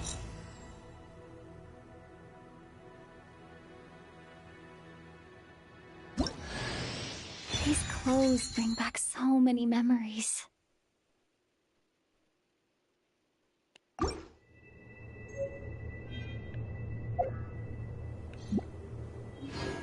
Seriously? Okay, so...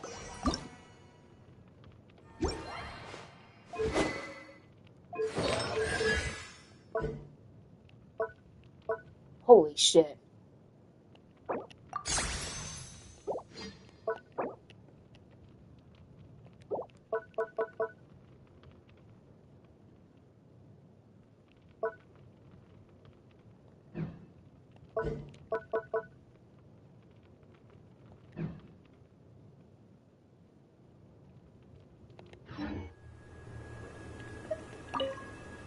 I thought we were done! The journey goes on, like I said. This is not the end. I don't believe there has to be an Alright, ending. we gotta do this shit. Oh, is that your... Most people would probably tell you to pack some warm clothes. But I experience things differently than most people, so I can't know how cold it is. In fact, it is home to quite a wondrous heat source. I think they call it Kreshnik's torch.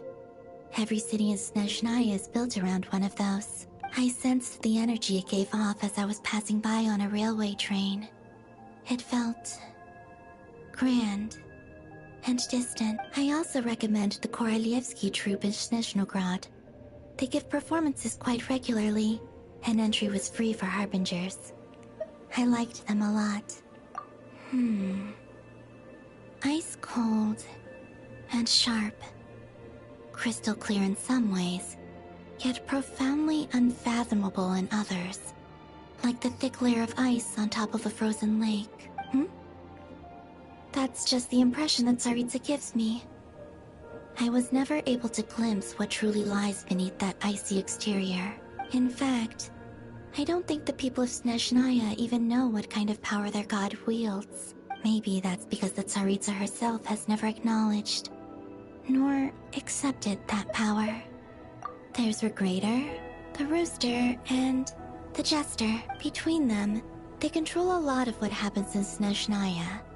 But I could never wrap my head around how exactly power is split between them. I just know they are each responsible for I noticed that the Rooster and Regrator often appeared to get along on the surface, while working against each other in secret. And theirs is not a friendly rival, but I wasn't particularly interested, so I tended to keep my distance. Now that I think about it, the term Mistelton often seemed to come up in connection with Project Stuja. Once things settle down in Krai, I'd like to explore the world beyond Snezhnaya. You've told me so many stories about the other places you've been to, and all the friends you've made there. I'm curious to visit those nations and see them for myself. It would also help me learn more about the journey that has made you into the person you are today. Okay. As you continue on your journey, don't forget to gaze up at the moon once in a while. It is, after all, no longer an illusion. It shall cast down its true moonlight, connecting us in truth.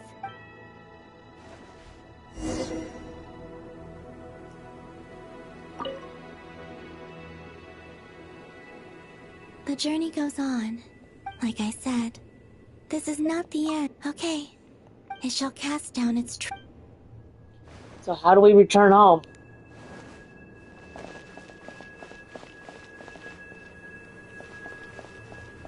Bruh. Okay, I was about to say, how the fuck do we return home?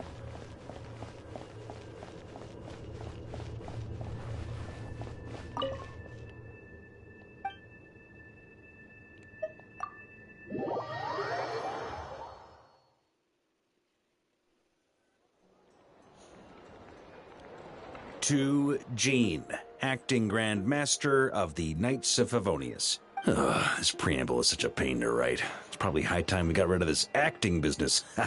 I trust that Dern has updated you all on recent events. Hope we didn't worry you too much. The good news is, we managed to come together and put a stop to the Doctor's evil schemes. With that, I think it's safe to say that Krai is finally out of the woods. As for the Fatui, not counting the damselette, aka the moon goddess, who has left their organization, we found ourselves allied in this instance with both the Knave and Marionette. May she rest in peace. As ever, we find ourselves better off for making friends rather than enemies. But until we can ascertain the Tsaritsa's true intentions, the future remains uncertain. In a short while, wait, how am I meant to surprise everyone if I tell them in a letter that I'm heading home? Okay, got it. I will begin sending the expeditionary team back home